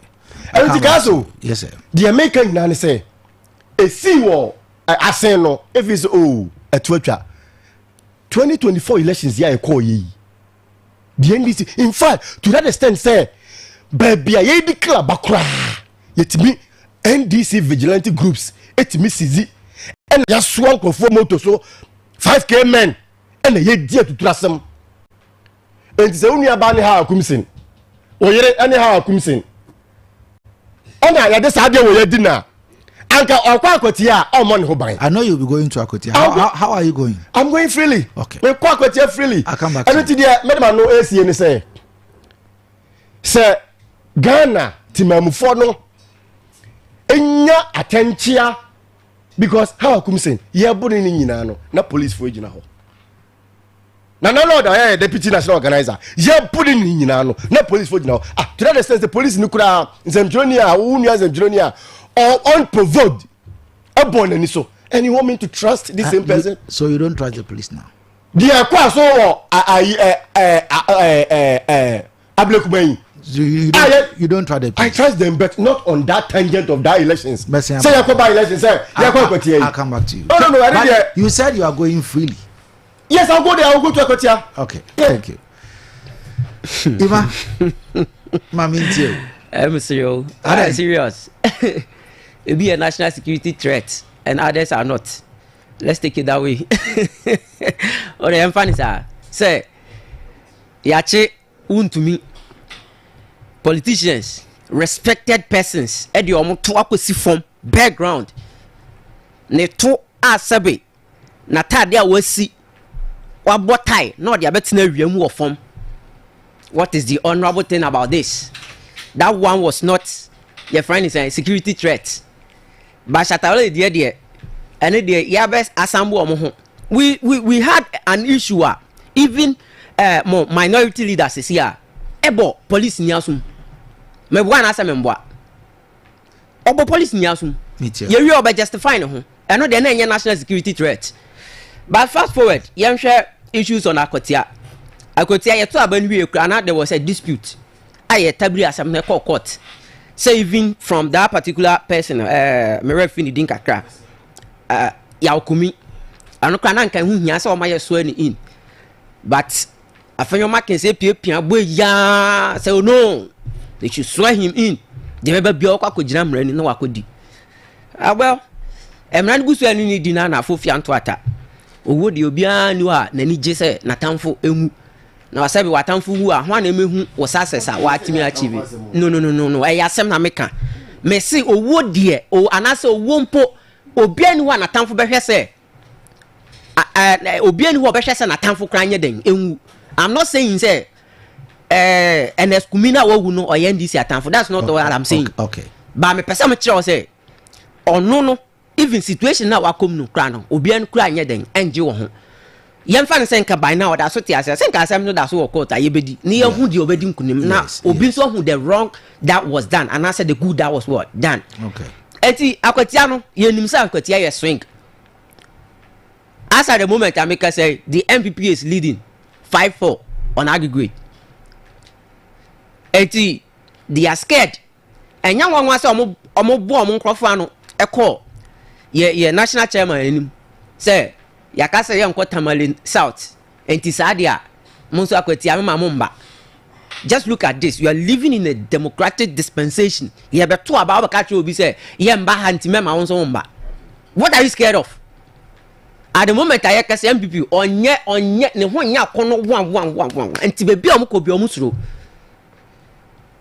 Bebi omukobi omusuro. You are talking about vigilantism. It's true. Say both parties ni na obi awobi. But what orchestrated say yambande saade no. Look at what happened in Ayawaso was Wogon. A certain MP was beaten like just a child on the road. So are you also justifying? No, I'm not justifying. What am I building my point? I'm coming there. I'm coming there. And I make us say, Obian was source animal. So this is not the first time I make us assembly. I've said it here over and over. Okay. Say Obian was also source to say, yeah, go to a back a kenti, yanko buobin kono. Sebe me ko jina me ko tu bia ma ba me de ba kope. Obia oba obia so ne de eden e ba kope. Ye tu wi ni e kan wi a. De wa wi no koso ba from ono na eden. And wini. We said it here, say elections are won at the polling stations. Have you seen it? Now, okay, now what's about justify say, oh, and now party MPP, yeah, call ASANTE NDC boys they do hey. Yeah, ASANTE we had more general secretary was saying some more boys no more who were those boys? Were they national security persons and now some we asra for more and now some we police for and they from no more. You are on live TV calling them some boys and brand NDC for now, but how mu did that was what you were saying. You were even in government. Want to make your friends and state institutions, state securities. I'm on one chest way. So you were calling for boys. Who are those boys? How many are boys no? And now about to catch you say, and you call your friend is saying, what do you call it? Current one I tuning and saying, Yakoho, ama just say NDC fire, DNT. Abano, the fact and the real story, they say you are going to lose. Because look at polls are conducted, even though sometimes you don't have to rely 100% on the polls. But the fact is that even at the time Ayenya Enyi Obia Obejina in the name of the NDC, no, the person that was used to conduct the polls was your friend saying His Excellency John Dramani Mahama. But more areas crown na yenim say more tout say two, I think about 3 areas. Crown na ye tout say hona munyamo strong votes na free no crown you were coming down all because of the nice waves that echo so omaimu. Nice waves will be a resorted to say no aban papa and then aba and that is what you are going to lose on that basis. Nenya on the basis say obi ko hakoyewe more even your candidate are selecting no. Sometimes people even talk about it say no it's not what obi am hand picking no and the uti and some can and mutumu na we mufa we befa we obi we ever talk so about look at the kind of talk awokasa. Look at the kind of kasa okasa. When obejina sa di we so they to abama. Say mo etina say dun kete kan no. O say obi say obebo ama sebe wako toilet agu ho na wa utumrika enigu sebe upietom ana unikamu kra ni nyina wane. Etimo sesi ano mo yesabe ahodo nyina mo hu say the tie bia no elections bia be koso at this particular moment we are going to lose bitterly. And that is why you have started crying wolves. Musu, and then you can marshal all sort of persons, any all sort of more security, internal security. But still, you are going to lose. mo be lose bitterly. So you should stop talking about it.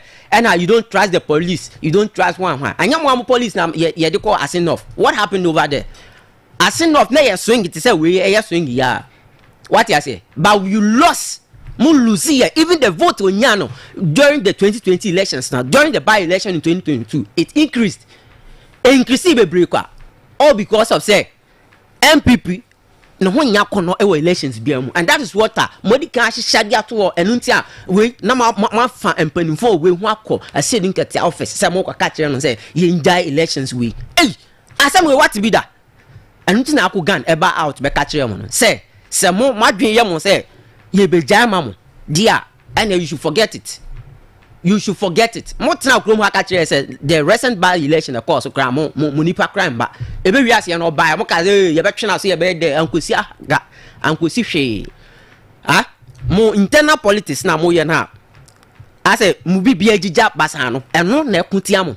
So you should stop talking about say security for ana ye nji omundi ana we eno de tumuda na ankosi ba bia de tie bia no we are going to make sure say we are going to win, and then we are not going to win on the basis say ye be chinchim obinsa ye to abani we na ukra pin sheet ye to abani we na wakan ukra data bibia a say you have won. Nobody will take that one from you. Ye mechanic said the brand a champion na no kwagina kan ye mfa momo omo pe omo kwashepo ye mfa momo e kwa wi ase no what happened.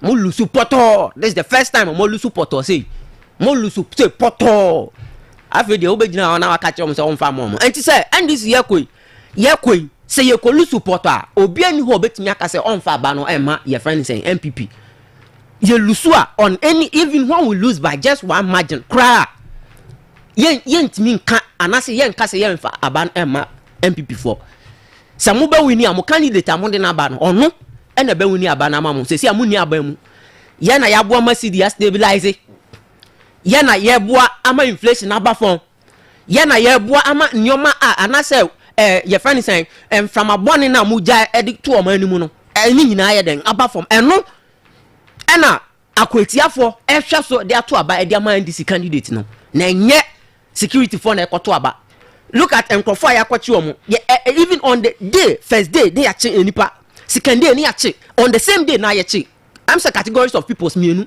and say na second day 23rd yes ache enkofo and then we are here justifying say obi krotuo na ene den ensehwe because of somebody can insinuate say it be happened just couple of months ago by election and nti obi amboa ho you've told your people already say obi e ba omboa ho this not the first time I say mo can even in this studio this not the first time say obi e ko nya den omboa ho na omboa ho no mo state security wo ho mo ni bi you don't have state security enti hwan na omboa ho mbra akwatia no anya mo boys ya wo kan ha say and yate your friend say you good vigilantism you have them. Don't come and sit here and lie to people say you don't have vigilantism. Even when it happened that your friends inside there woman we why Adeakyia they see here woman obi how akumsi ebe pem no what was the call that she was doing na bebre from different we are then okosroba from those groups need there both party obi then obi don't come and sit here and lie to people say munibi yet ayewa was we go na course we no kra no look at short commissioner yet here recommendations are do e buy no do say na mo de adwuma enunti na sanyoma na to anya den entwa no I'm not insinuating and I'm not inciting says how they nkoso nya den enkoso because me and I'm ho na nka ye di mi aka me nya sure say be me de me am one type of person me hu say obi ya de na owuo betimi abamu a oye me de metwe me ho eden efrim metwe me nua ho kra me tu for say me sro ye den twe ho frim obi ani wo be tenteni say yekoto aba kekenti ye kwa kire ya adwun say nipa asoma si ana obenten ya ye panenti ye nku obi wo ho ba be bresisi election 2020 SCC BBC mo ne some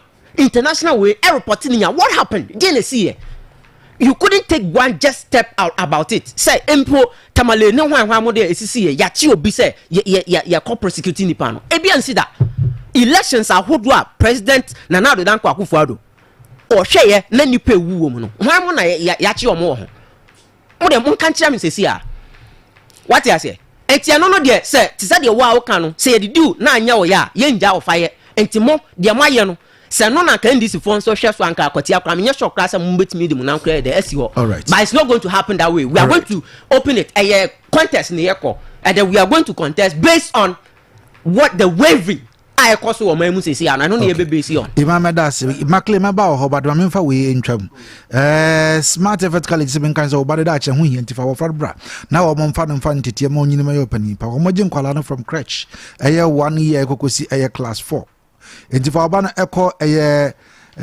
smart effort college no nkokoje ntete school e wo so macrom bia enka na grace preparatory school e wo no ehwa e na wo mo wo fransa tro wasi nso no wa ntwa opeso tro no foforo wo de fa no ebra wo mo eje sankwala no enyinara mese school e wo so macrom e bia enka na grace preparatory school e wo no so we also here for 0245191829 and 0545532976 smart effort college or say just be smart and we will put in our effort. Sarah so and betway influencer or say see here what shall bet na utwa wi a wo code no na wo de atum na afoforo no so afa na wo mo so atwa wo mo edi a wo so wo kakra wo mo esika no emu eno nti fa wo ho ehye mu bi share and win. Start betting, sharing, and win with Bet Influencer. And way you make catch say exclusive to Betway. Terms and conditions apply. Gaming Commission of Ghana and now regulate this very influencer. Bet responsibly, only on Betway or to get way more. Sarah so and tell us also men can choose is the idea. Wo mo e dia be boom. Wo na uyo bia uyusu telesa wo mo broadband no na ne koba ne se na bibi ayayi kakra ntia ma wuja ayusu wo poso ya na wo nyusu biem sesi a wo mo se sign reconnect wo reconnect ya wo benya 100% profit ana bonus ewo reconnection ho enti sesi a de obetumi a reconnect sara nso so na uyo bia wo so wo hono ma wo de ukuram twetwe uda so ginam eno an se wo ginam a won so wo ye loyal customer enti wo so wo achede ho na nea afe na ono so akwakoto chip afe na ono so ba be use telecel broadband ni bi ni de sisi a wo so ye ne sa wo so no wo 50% bonus enti se wo afe na wo reconnect ana afe na wo so wo ba mfoforo announce wo hodada no munyina no obia ewo achede nti bosumi ya ewomi fa ho ehyemu bi all that you have to do is to dial *900# and now we call Telecel Play app no so to reactivate or subscribe today. Telecel or say connecting energies. Gasa ekoku sisi asement papa na no ano obi bia oye Ghana ni bia odwene Ghana ho no se guess Ghana ye da achi so de ejina edan sie so eti ono so besi edan ama omana emu atre uhia stronger greener future for our nation enti also use gasem so bia nim say enoa the nation builder. We will always stand with you in every step of the way. I don't think ya de seven for bedwaso gasem ekoku eno en American for ediamao environmental friendly enti bomodin ma so kokotobi baby obeko bia no wo so pe gasem ekoku eno ena ye de AC dances ya ko na kokoje gasem ekoku na so fasi wodan gasem de obia se nation builder na o se school de ewo bebre na open school so yapon school university papa dia eno ene Valley View University, Ghana's premier private university a more value-based tertiary institution mudia obia ese enoa ene Valley View University. Womo so omo inform the general public and say omo abi omo pronato no omo eje amofra ama omo afa ntete mu ewo 2025-2026 academic year no emu programs in the bebre eno nti fa ho ehyemu bi womo enkrabata ne bi ewo Valley View University na ebi ewo Odium Okumasi oyibi Accra sara so na akota chiman so yebi ho information bi opebia no bomodia na okọ wo website no so www.vvu.edu.gh and now be free 0559105036 0552097937 and 0265818266. The last number is 0543214619. Valley View University, or say the preferred Christian university. Yeah, McLean. Now, Opez will come. Yes, sir. Mamema menu enti say Ernest Yakumi Oyen baby because he was not in court. Oh, the case was in court, but he was not. Okay. Yeah, sure. And he was not in court. Yes. I mean, very simplistic. Sure. Now, you see, onuninu ho asare. Sese. Na omo amuti wono. 80. Ebi ni omo a Ghana fo a wo ye go dadwuma na abanda da na wo de wo te ase mframa bi bon na den no. Omo penso abanda da na penso. Na ye to gold no 15,000 ene omoto ni saying 8,000 or 7,800 kokwa akuafo a enti akwatia na ye kono ho accumulation of niema moye no ena akwatia fo kwa den na onim omo mindset amode call elections we mu nyina ne say yen koye basabasa ewa akwatia na NDC mwene na NDC mwene a yaba be catch Ghana for say mo hu say aban no yesei na aban papa nti no but omo pese omo wene na omo twa sam foni ye den catch Ghana for but within 8 months year omo akoti omo ya akuafo kokwa akuafo o promise omo say obeto omo kokko no between 6,000 to 7,000 I am not sure say omo right den afi. That is your thinking. Yes. Okay. I am not sure. Timamufu ewa akwatia NDC aban ka kire omo say yemfa new taxes bia megu Ghana fo so. Ene ensuo ene nam 4.3% and kania ka de as we speak akeka ko 17.2%. Abra on a record finance minister address MPS wa ka kire yen. Sir, enya dia de taxes furu bia beden ebegu Ghana for so omo akwatia mu demonize e-levy. Sir, o send 100 cedis yente 1 Ghana cedi. Sir, no dia eye boni a ebi si Ghana hada na matwa mo ho a mo ye firi ho a mo say mo di e-levy aba obetua 1 cedi on every liter obeto enu ti kaya VIP driver obi a oye kia adwuma otofo enu a metofo 500 cedis. Metofo 500 cedis. How many liters? That is approximate here. This is calculated because 500 divided by 12 by 12 and until enu anko metua almost 50 cedis as tax. Abra na utua 1 cedi a you say am boy for no. So are you saying say Akwatia for be capitalize on this? Yes. To vote against the NDC. Even Bible crack say Bible me heti ase say wanu musem ene begina so aye de abu bem anaye den abu fo. Yeah. Niama wo kan ye ene the opposite wo ya no. And I've been telling you say the Ghanaian voter no why very sophisticated. Niama wo ya no o accumulate obobo ano and by the time what and inflation you say they should enjoy their good role. Obviously they good now.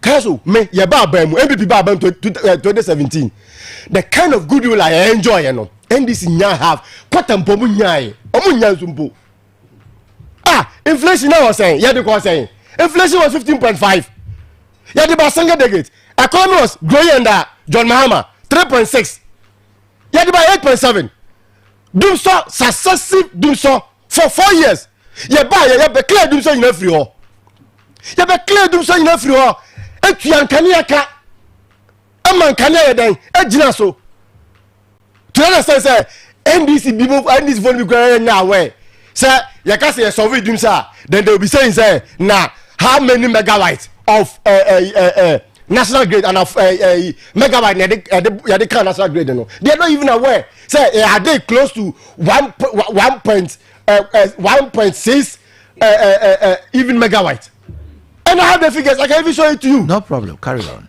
Oh, you'll be laughing because you may be ignorant on that. Planter ya de boy but me abu boss nyina ma hu if you care to know maybe I wouldn't ya malati ya den ejina so without even taking dimso levy ana ya kasa yi yesi dimso ni ho Kayaso ade ani wo din bibia ni wo bia ni din anso dimso a yesi ani ho no ene ye tua ade ya ye tua ade ni ho ka krono fita say enya gana fo na be bom a why mu na be bom jelo na LPP for the be nyina so asema me kan me say wonu mu asem Kayaso asema me kan mo so betia na makako mo atwa me so ntia de o sem ko simbi na me tia say me say bible class say wonu mu asem me be gina so ahe den abu fa bu bem e promises are me be boss say what ma Ghana for eno na manfo be nyina so e wa kwatia of course e dey atwa yes so simple that's it yes so simple di wo ma no si anka ma no question bisa anka wuti the question you bisa me mama ya no boda o mama no nsi so nti anu si no ena mpesa wodo anu si na me kono na very me active the phone lines nje na me ko of course nti the American nyina ne say you bet me atre ha anu nu ye ho asere because you think say ya to ababa when you overwhelming endorsement no nkrofo no ankogina ho ankoto aba na ma ho say sababa bed no mbiemo now what here ka say yen from afufro bi ya meyahwe ho nya akono ene it's on record say the health minister is even lying the health minister o twantro say MPP ba mu niama anankofo ye fa on adwuma kura no ye fa on at go meanwhile ye backlog kura na wo nursing for as you speak ye ba be free abamu from 2017 to 2024 or 2024 ni afa nipa 202,717 Markley for anusi mame records you'll be laughing because you don't know. Thank you. And segregated figures the fire every year bia no more cambo get us task service our figures no Maclean and the Kayaso the can you say akwatia no akwatia enya dia ye be pene say omombe chinchim yensa abra akwatia for ya omadwen say yenua eneskumia wu ya no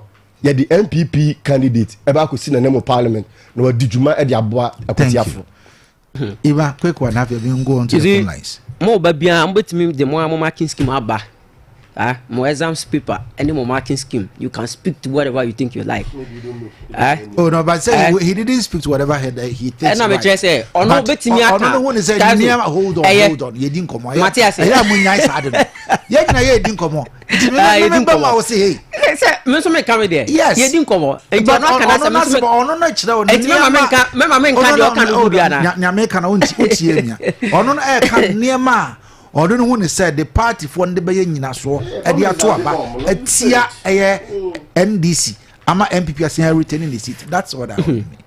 You see obetimi abetena abetwa entro bia ope bia even E-levy asema okay mo ana mokofa bae Ghana for say omumpe oh please o kasa na I was quietly sitting here na me say no did you hear me talking.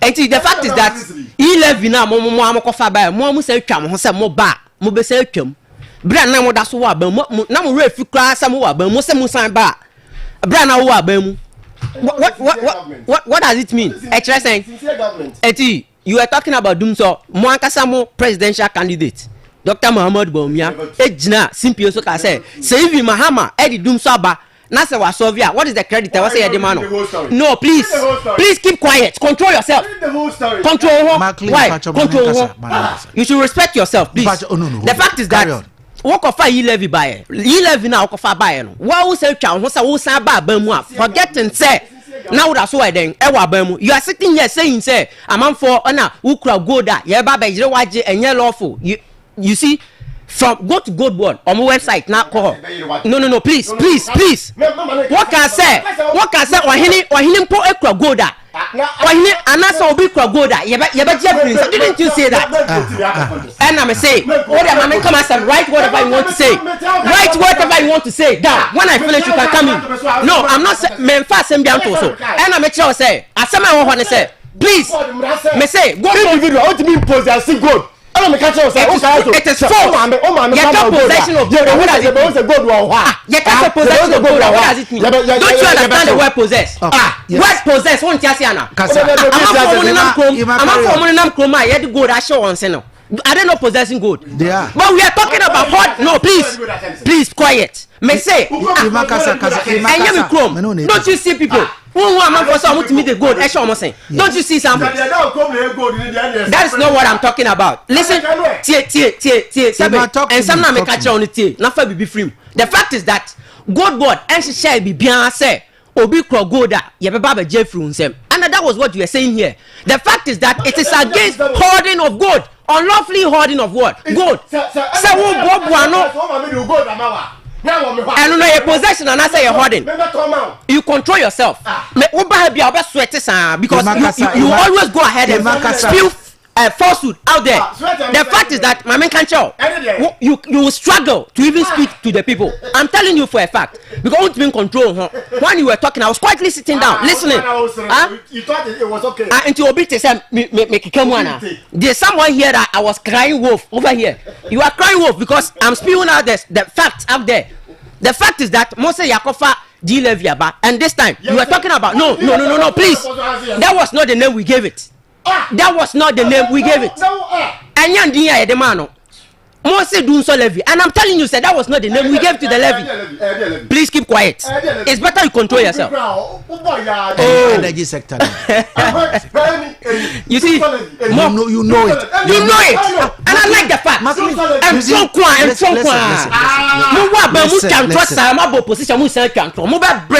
To even communicate to the people of Ghana. The fact is that make catch or say Akwetia, the Etiabiano, you are going to lose.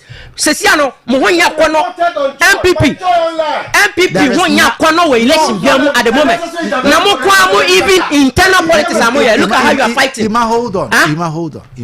Oh. But more internal politics, you are fighting among yourself, and you are here saying, and I'm not calling about. It is my business.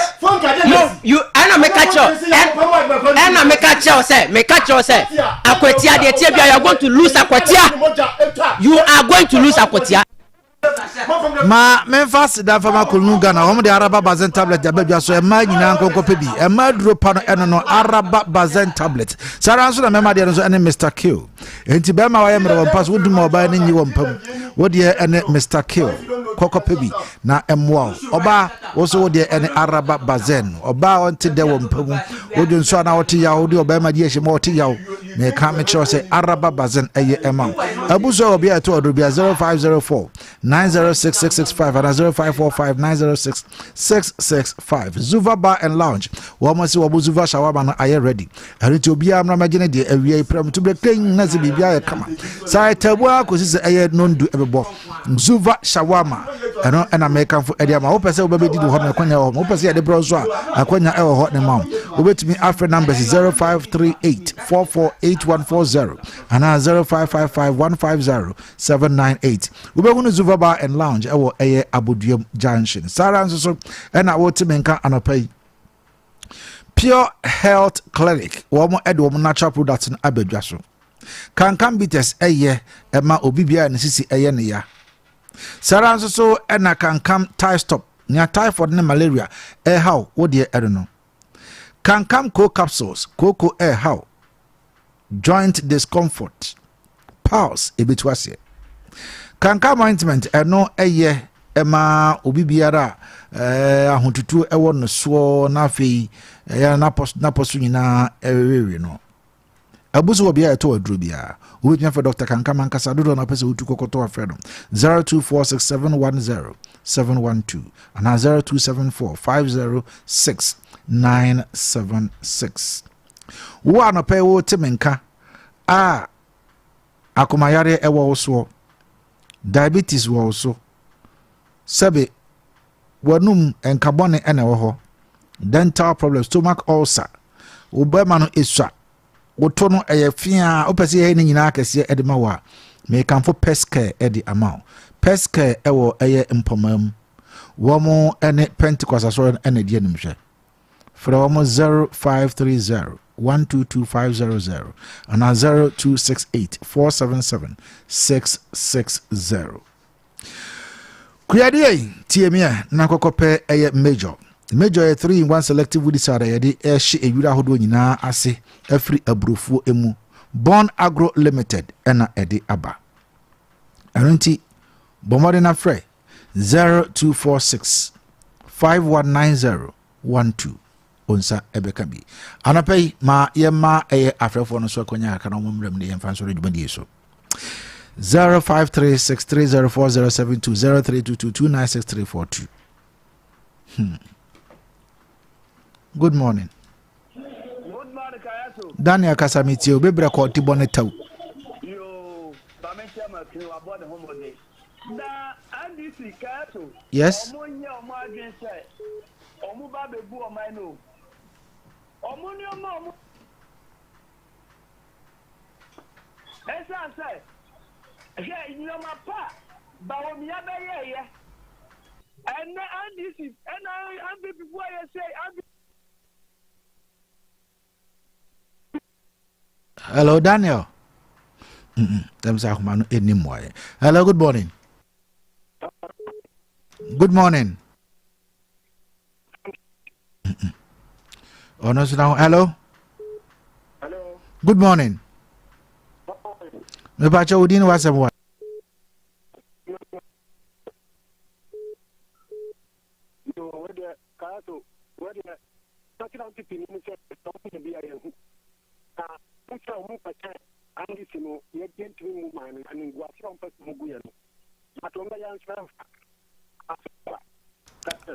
Medasi.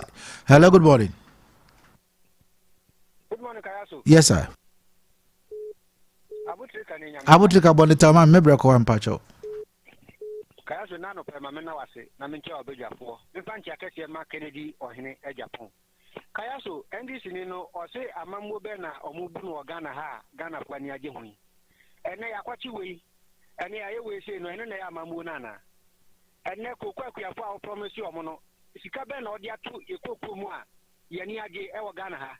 Ene obi a odi dwuma bia no esu. Enti media akwati ade menyin se sa city no ombetimage. Kayaso mamena wase. All right, thank you. Hello, good morning. Hello. Good morning.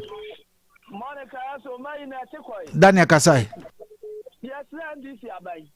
Nkrofo a wo cheche wo mu yi. Ena auditor general tresa nkrofo bi adisika NDC fo ko bo hokodi. Na omu diska ye ni akolizada mo. Omu kwesi da 5,000 omu si 1,500 no. Ta se no omu twetwe mu no. Ebe da no ati na bo bi kwadi. Enti omu ye ni obebu o man no. Wait na Dr. Alaji Naumia. Oba ene shishafa. And now who do some service? Omunio man na ko kama. Amana mo ka biomo because what the no mapagu ho ama Ghana yes risk bebre. Eti yanto abama ba umia. All right, thank you. Hello, good morning. Good morning. Good morning, Aja body to our progression. Body to. Open kasi Yankopon shira pa bitie NDC wa ye juma kasa. Open kasi akutia batu Yankopon say en kanakore. Wodi ofumi bo market wo NDC be ni. Ye ben ni. Ena me kachiro open kasi ye yes adi nsema me kan eye no mudwa. Eye benya NDC ye ben ni. Open kasi ye woni bi. Sa wo hwe NDC amaye kuo. Ye ba ye osunu wo twini ye.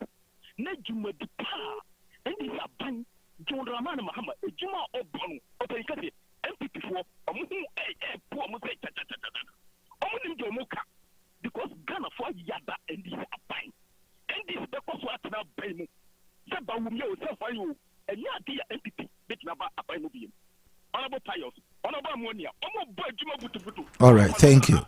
Hello, good morning. Good morning. Mebacho udini wasemwa. Open ikese mpacho Osman ni Ukramuku. Osman Kasa. Open ikese mamena wase na mencha unwenya for Pius Kwame Nkwa akontomra MP ni no ni ure DC Ammonia. Na mekuraya na ye mwa se MP before danya anu omo kasa e wo Ghana ha. Uba enfe wotie humu. Enimo ena mututu mbum bum bum. Ukwe kuyafo mo muye se ye hanom. Edura nanka aban dada no aye jonderman mama dike maye no. Uba ye no musumu ton. Beleza ni sei mo ko gu ko gu wiase bari honom. Yenyina ti Ghana ye nwu na ne mo no de abawe bae ni me bia akofom na akotuafo asa to abama MPP biem on to abama na mo be say oh my Ghana biem. All right, me that's it. Hello. Hello, Kayaso. Yeah, vem mami ti wana pay. Ana pay mami ti ao na nyakopon shao ene di maden a wo bo ma se shuma ene Ghana na nyina. Mami ti a listen ya o studio ho. Na me kan sense ya me shira no obo eduma. Na akotiafo omo be hwe John Dramani Mahama Yuma pa oye na omo de ato abama NDC. John Dramani Mahama ba ye dollar perform, petrol perform, ye lorry car perform, inflation perform. Tani amana kutia for babe share to abama NDC. And sinyan and futu MPP for be to agua kutia for ni and omo be to abama MPP. MPP for by senya ne bla ne kan ACS ye hu ne omo ye nyama mu ye dia to the sense ni nyina ye nya kwanke ye de nsagu ye tisu ye ba ni eni obi a yesu akyere no na ye wura John Dramani Mahama ba ya wa be hu Ghana form of bo apo adwuma ben amanya ma for mama nti akosia for beto abama NDC because of the mapa. All right, thank you, babe. Hello, good morning. Good morning. Good morning. Good morning. Me pacha udini wase moy. Yo, FM teacher bu mi katabe se bibo ako. All right, teacher bu mami tio. Yo, matele. Every kana chia ya na buko benta for ya papa pacha yo constituency. Afi ni machia ya andi shini na ho no. Na mi pino se se. Ko se abamba yo de tacha ya de ato Ghana for so. Wobua. Ya latiti be ne sa whatever Kenya no. Ayo mo chi ya mo ni IMF ekoye. Aye Siapani Mokoya, and the man Banisa, into that was a Bosnian piano, Yam Fasa, the Tassia, and to Ghana for so. Abantu buy no young share the Eni, into a multi-share born in Momo to put to Ghana for me. Okay. Niamo, Ghana for you, Cocono Tumuno, a bean feeder, or more first year, or more by 2017 or Mantum, 28 or Mantum, 29 competencies net and any two, in a year 70% and 1% and said last year 2024 to 31%. This year, you are doing 70% and said in the moment to trending woman for okay. Ma, men for the last caller, na me fancy ewa. Hello, good morning. Hello. Good morning. Good morning. Me pacha udin ene wasem. Your friend Obo Oba mi kasenti kwa jutu mata mwanu. All right, Obo Oba ma minti ora pay. Yo, yeda MPP ni no asese wacheche no mamu amaye ye eko. On NDC oma babanu na ohia kwan ya wodi kuku afu afaso pa tani na mani gina ho ekika ensema na o timi se ku afu esan ke nyina so ni ye demonstration editia aban ana akati abari election no to die omuti omumu tan NPP design afa omusi. All right, yes, so yeah, that was say, I was so agent, I would buy. Maybe be see our men for BIB. And I pay my men find just from Con and for my Mr. Coffee, our Asarin. So, Mr. Coffee, long time, me tell one catch it, but I hope to be able call. Okay, Ima, yeah, sorry, Kakraben or the Jay. Kakram the Jay, say, yeah, they are a new wave, and it does so womb. Inflation, I buffer. You who say CD, I appreciate it. A Jinan and I so. And Tiano, and at Timam for Abashaso, no more there to about Ewa Kutia. And people, they can go ahead and spew all sort of falsehood information out there. But the Ghanaian voter, no, see, I know you're so descending to the sense, and throw away no more time a try for the past 8 years. You who do omoye. Santro na no mbosan so ato aso e wo opposition eno na timamuni na gina so okoto aba enti eno aso na yesan so gina e de ato aba mechia NDC amanyoko titina for ene ye party supporters ahodo nyina anano pe. Thank you. McLean. Yes sir. Me va ko actually oba Western North region ha ho nearly 80% of capital intensive projects BI MPP insano adwuma. Read my lips, me say nearly 80% of all capital intensive projects in our MPP Zanu Juma. Timamufor no enim the MPP Ayama Western North. Me dey me van gwa kwati ampo. Akontombra no muni hospital, ye mamu hospital. Bia kwanya na enye.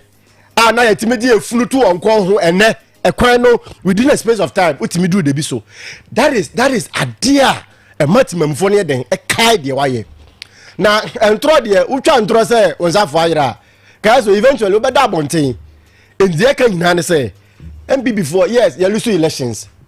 And this is not going to be the first time political party behind there I lose elections. What we are pleading is say yanka yanuntum. Internal elections enye ababo enye ntokwa ye nyina ye nhihye party no in a way a ebetimi eden aboa ama de yanum eye. I have been telling you 2028 and 4 years NDC ain't been close enko 8 years da ye beba ba mu na mamu papa ye ba ye infrastructure akwan ensuya ye ya enenkofo ba ya asokeke mo for bi kwan bo from no it's be abebo Ghana for Ghana tumpo the only party to help Ghana is MPP. Me that you for you na say me che obi bia lanso. Obi adase. McLean Desmond, a member of the communication team, NPP. So he also constituency and that of the Western North region. And Minya upon Emmanuel, and so a member of the NDC communication team, Western North, and then so he also constituency. Aha ena erema mkwama mde jumudi MDC. Ye frame ko isi for kokodom. Asidan koma eye